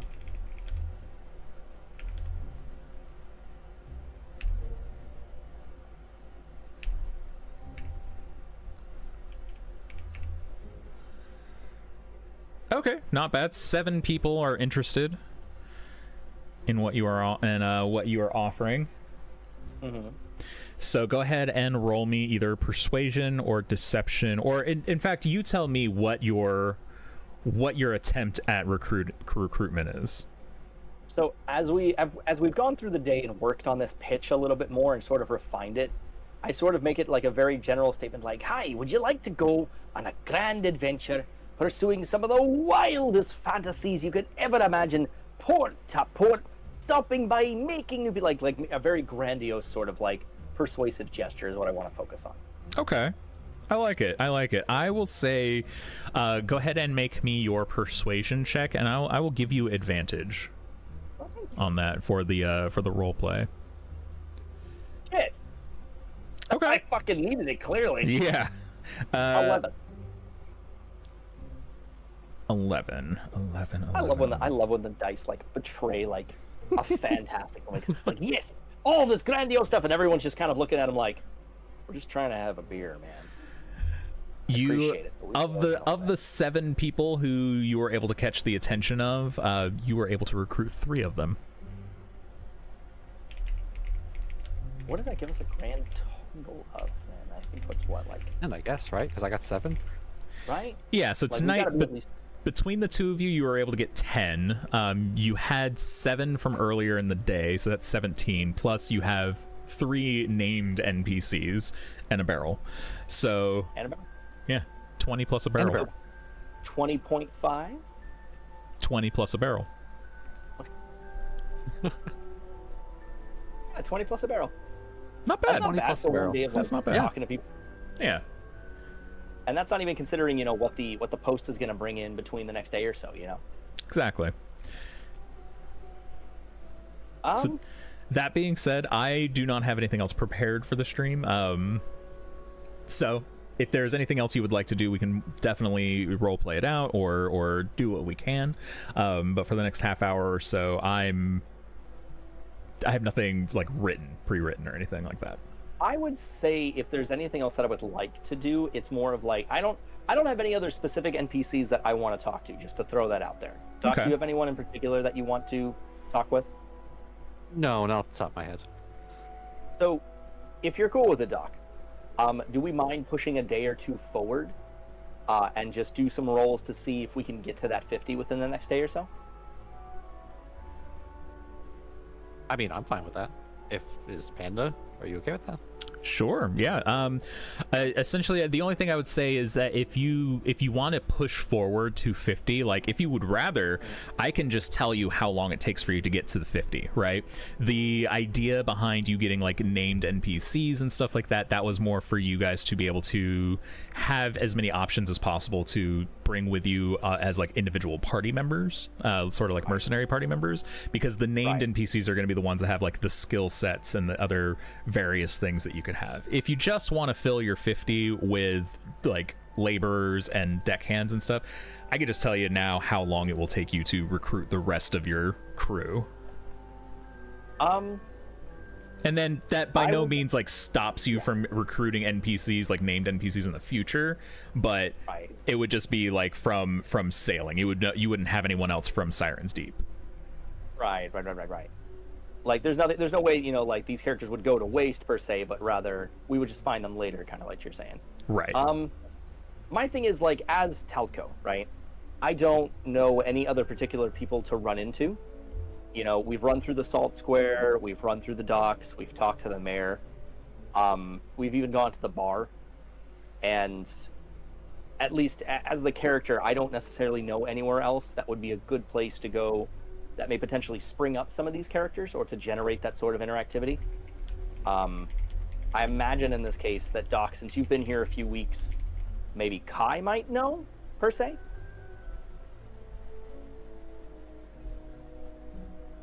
That's a wonderful question. Do I know of any other places where, like, we could speed this up, or? There is at least one other place in Siren's Deep that would potentially at least give you some guidance, or potentially even another NPC for you to talk to that you haven't actually had any discussion or interaction with at this point. There's essentially the shrine, right? So at the top of Siren's Deep, this up here is a shrine to the Tide Mother, and there is a priest who maintains that shrine. So you haven't actually had any interactions with them at this point, Kai. You know that they like exist and of their presence and stuff like that, but haven't had any interaction with them. So that is an option if you would like, but you don't have to by any means. That was more just if the story went that direction, I have them prepared kind of thing.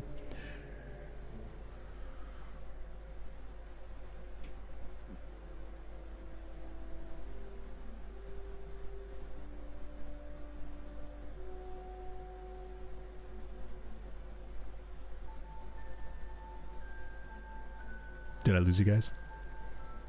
No, I'm still here. I'm just thinking.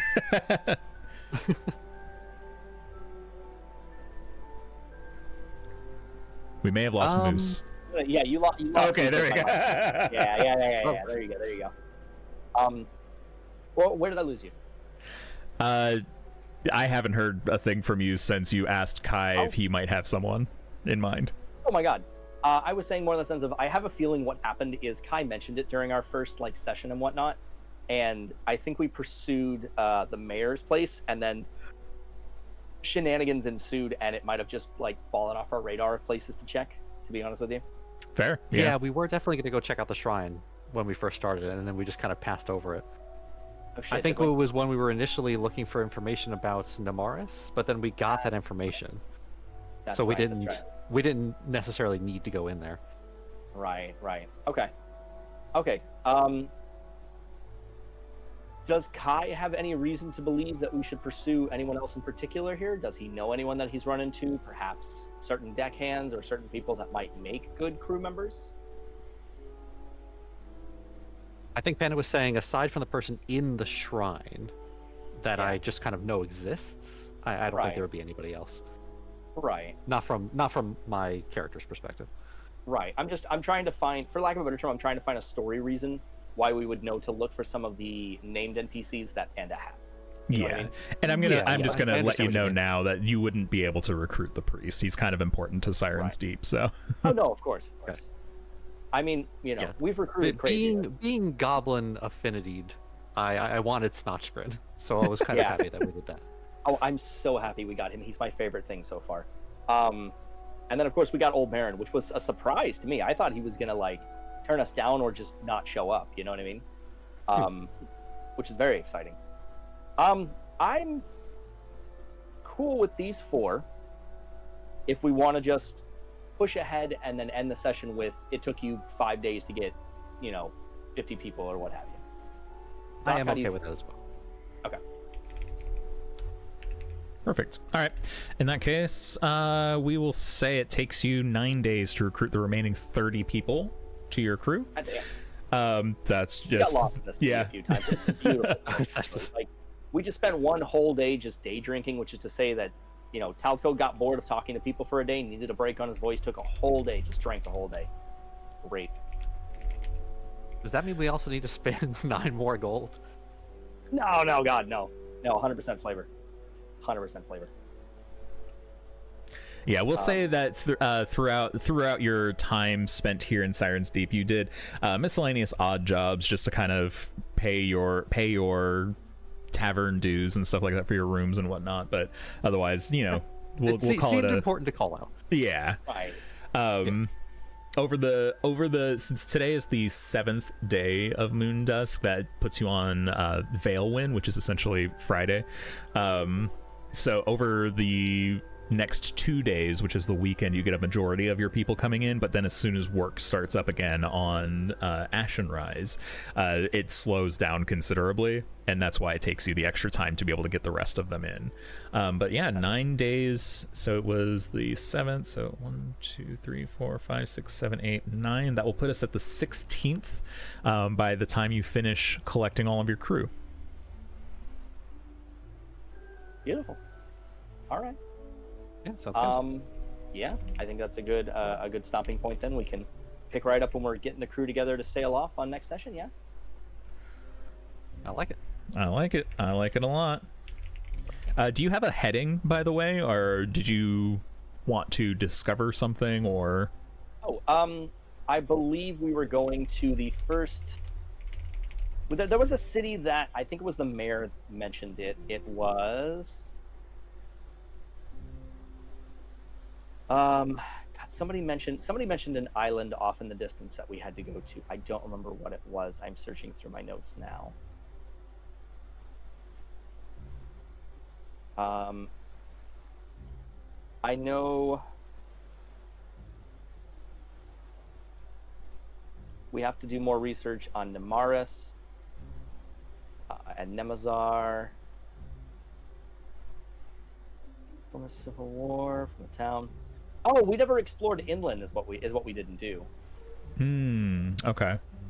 That was the thing that we were talking about doing there, Doc. Which is obviously fine. We're already past that point. If we ever come back to Siren's Deep, we can definitely explore more inland. There was somewhere we were gonna go. It was off. Damn it.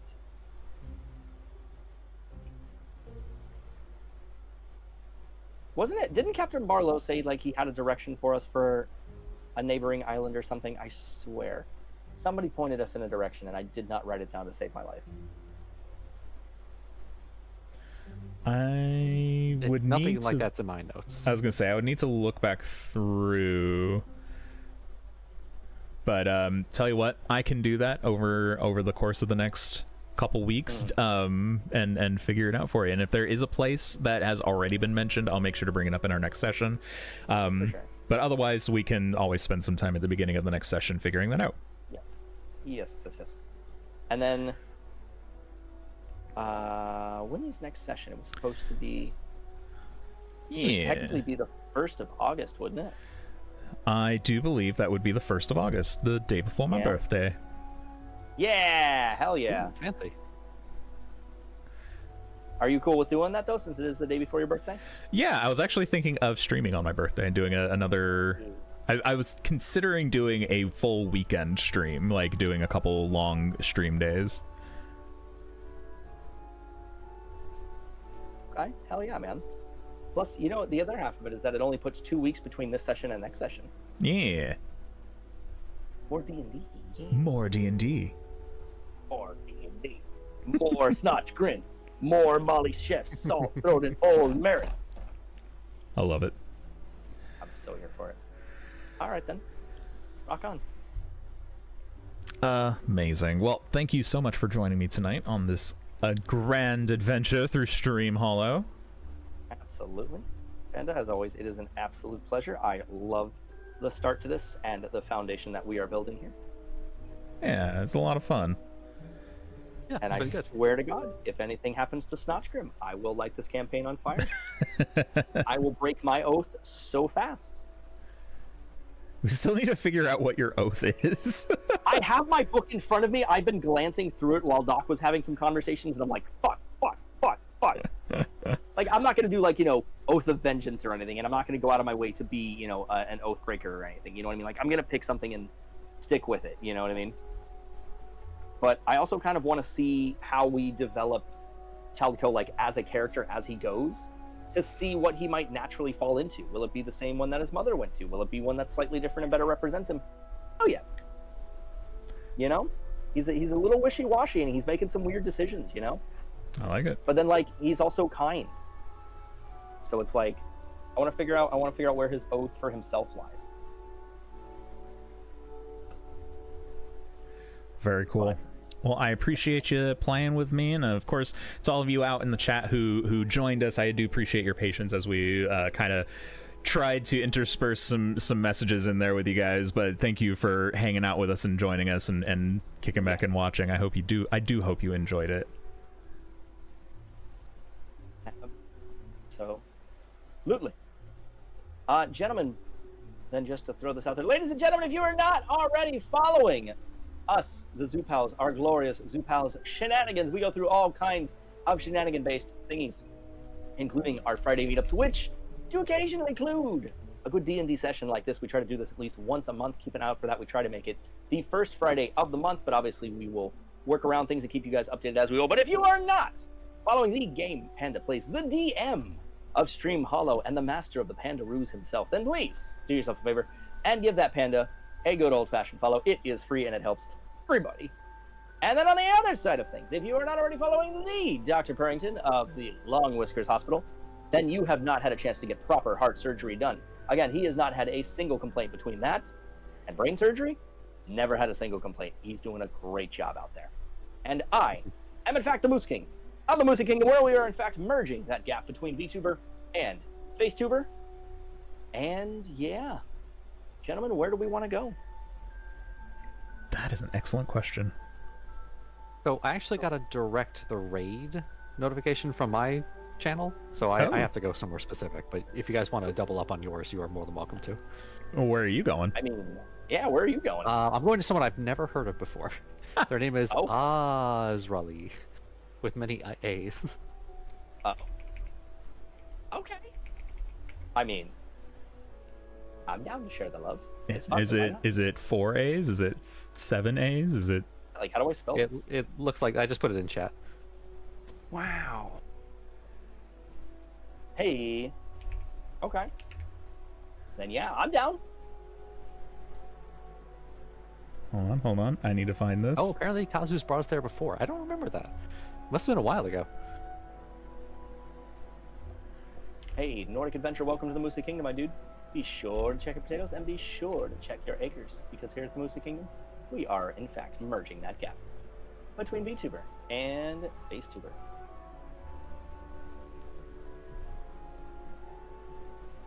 All right, then. Yeah, I mean, I'm down. I'm always down to share the love. Let's do it. Yeah. Let's do it. Get this set up. All right, tee it up. Doc, by your count. All right. 3, 2, 1, raid. Beautiful. Dun, dun, dun, dun, dun, dun, dun, dun, dun, Dun, dun, dun, dun, dun, dun, dun, dun, dun, dun. Got it right. All right, I'm going to hop out of the call and say goodbye to my lovely chat. So, thank you, gentlemen, and I will see you in just a moment. I can. I'll do the same. Catch you guys later. Bye. Alrighty, folks. Thank you so much for joining me tonight. As Moose mentioned, if you are not already following the amazing Dr. Purrington and the amazing Moose King, please do so. They are fantastic streamers, as well as, of course, good friends of the show, good friends of the channel, and good friends of mine, and amazing D&D players. I'm having so much fun playing with them. So, do join us in the future. We do try and play D&D on the first Friday of the month, so this one got a little delayed because the first Friday happened to be a holiday, so we pushed it back a couple weeks, but the next one should be on schedule on August the 1st, so if you'd like to see more of StreamHollow, please join us then. It'll be great. I only have a few more seconds here, so I'm going to say my quick goodbyes. I'm going to try and be live more regularly. For those of you who missed me, thank you. I appreciate all of the well wishes and the very kind comments. I was gone for GDQ, but then also took an additional most of the week off. Thank you for your patience on that. I do plan on being back more regularly, so thank you for that. We will see you next week, and as always, happy gaming. We'll see you next time. Bye-bye.